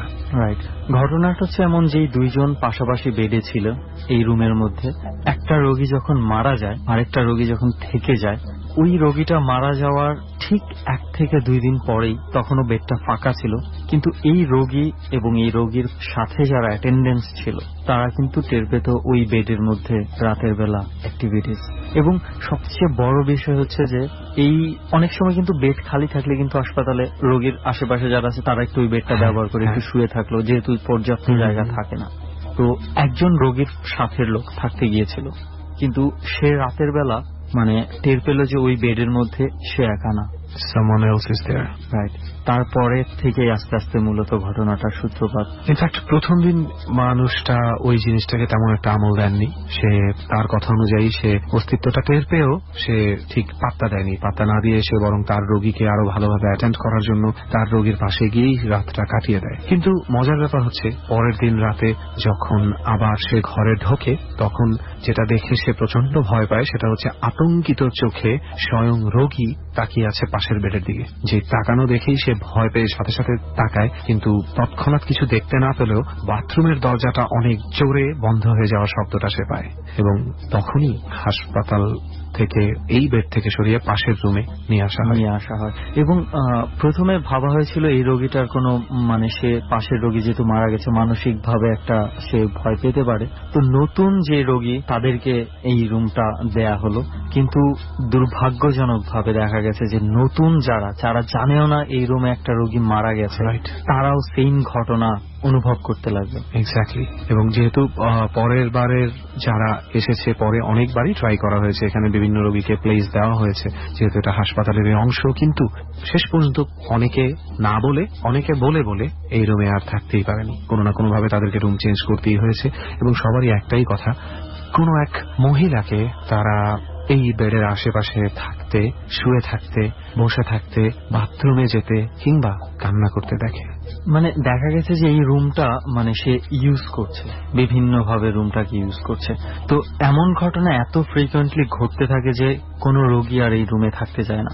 এবং আমরা যার কাছ থেকে শুনেছি তার ভাষ্য মতে ব্যাপারটা এত স্বাভাবিকভাবে ঘটে যে যদি সে হঠাৎ করে দেখতো 12টা সাড়ে 12টার সময় ঢুকে যে আছে, যে কেউ ভাববে যে আরেকজন রোগী থাকতেই পারে, যেহেতু ডাবল বেড কেবিন। কিন্তু ভয়টা তারা তখন পেয়েছে যখন সারা রাত ঘুমিয়ে থাকার পরে রাত 3টার সময় যদি ঘুম ভেঙে হঠাৎ করে দেখে যে পাশের বেডে কেউ একজন জাস্ট বসে আপনার দিকে তাকিয়ে আছে, তাহলে what do you feel? I don't know. I'm just sorry যে এখন ওই বেডগুলো এখানে রাখা নেই, তাহলে আমি একটু ওই বিছানাটা দিয়ে তাকাতাম, দেখতাম। আসলে বেডগুলোর অস্তিত্বই নেই, বেডগুলো অনেক নষ্ট হয়ে গেছে, ঝং ধরে এগুলো ফেলে দেওয়া হয়েছে। এবং এই ঘটনাটা আমরা যার কাছ থেকে শুনেছিলাম সে এই হসপিটালেই কাজ করত এবং একটা পর্যায়ে সে এখান থেকে কাজ ছেড়ে চলে যায়। তার কাছ থেকে আমরা মূলত এই সন্ধানটা পেয়েছিলাম এবং হাসপাতাল কর্তৃপক্ষের সাথেও আমরা কথা বলেছি। তারা আমাদের খুব রেস্ট্রিকশনের মধ্যে আমরা তাদেরকে বিভিন্ন কন্ডিশন মেনে রাজি করিয়েছি। জাস্ট আমাদের যেই অতিথিরা রয়েছে তারাই মাত্র শুধু দেখতে পেয়েছে এই রুমটার কি অবস্থা। তবে এখন এটার হাসপাতালের একদম একটা স্টোর রুমে পরিণত হয়ে গেছে। সো এটা রোগীদের জন্য ব্যবহার করা হয় না এবং মনে হয় না ভবিষ্যতেও কখনো করা হবে বা কেউ করার সাহস পাবে। এই রুমের মধ্যে কিছু একটা আছে, আমি জানি, আমরা সবাই ফিল করছি। সেটাই বলতে যাচ্ছিলাম যে আমরা এই কয়েকজন ছাড়া হয়তোবা উনি এখনো আছে। I know তুই ফিল করছিস, এটা বুঝতে পেরেই বললাম যে সামথিং ইজ দেয়ার। যাই হোক, আর এই রুমের ভেতরে আর থাকার আমাদের সময়ও নেই। জানি না সময় থাকলেও থাকার সাহস হতো কিনা বা থাকতাম কিনা, বাট আমার মনে হয় এখন আমাদের চলে যাওয়াটাই বেটার। মানে ভয়।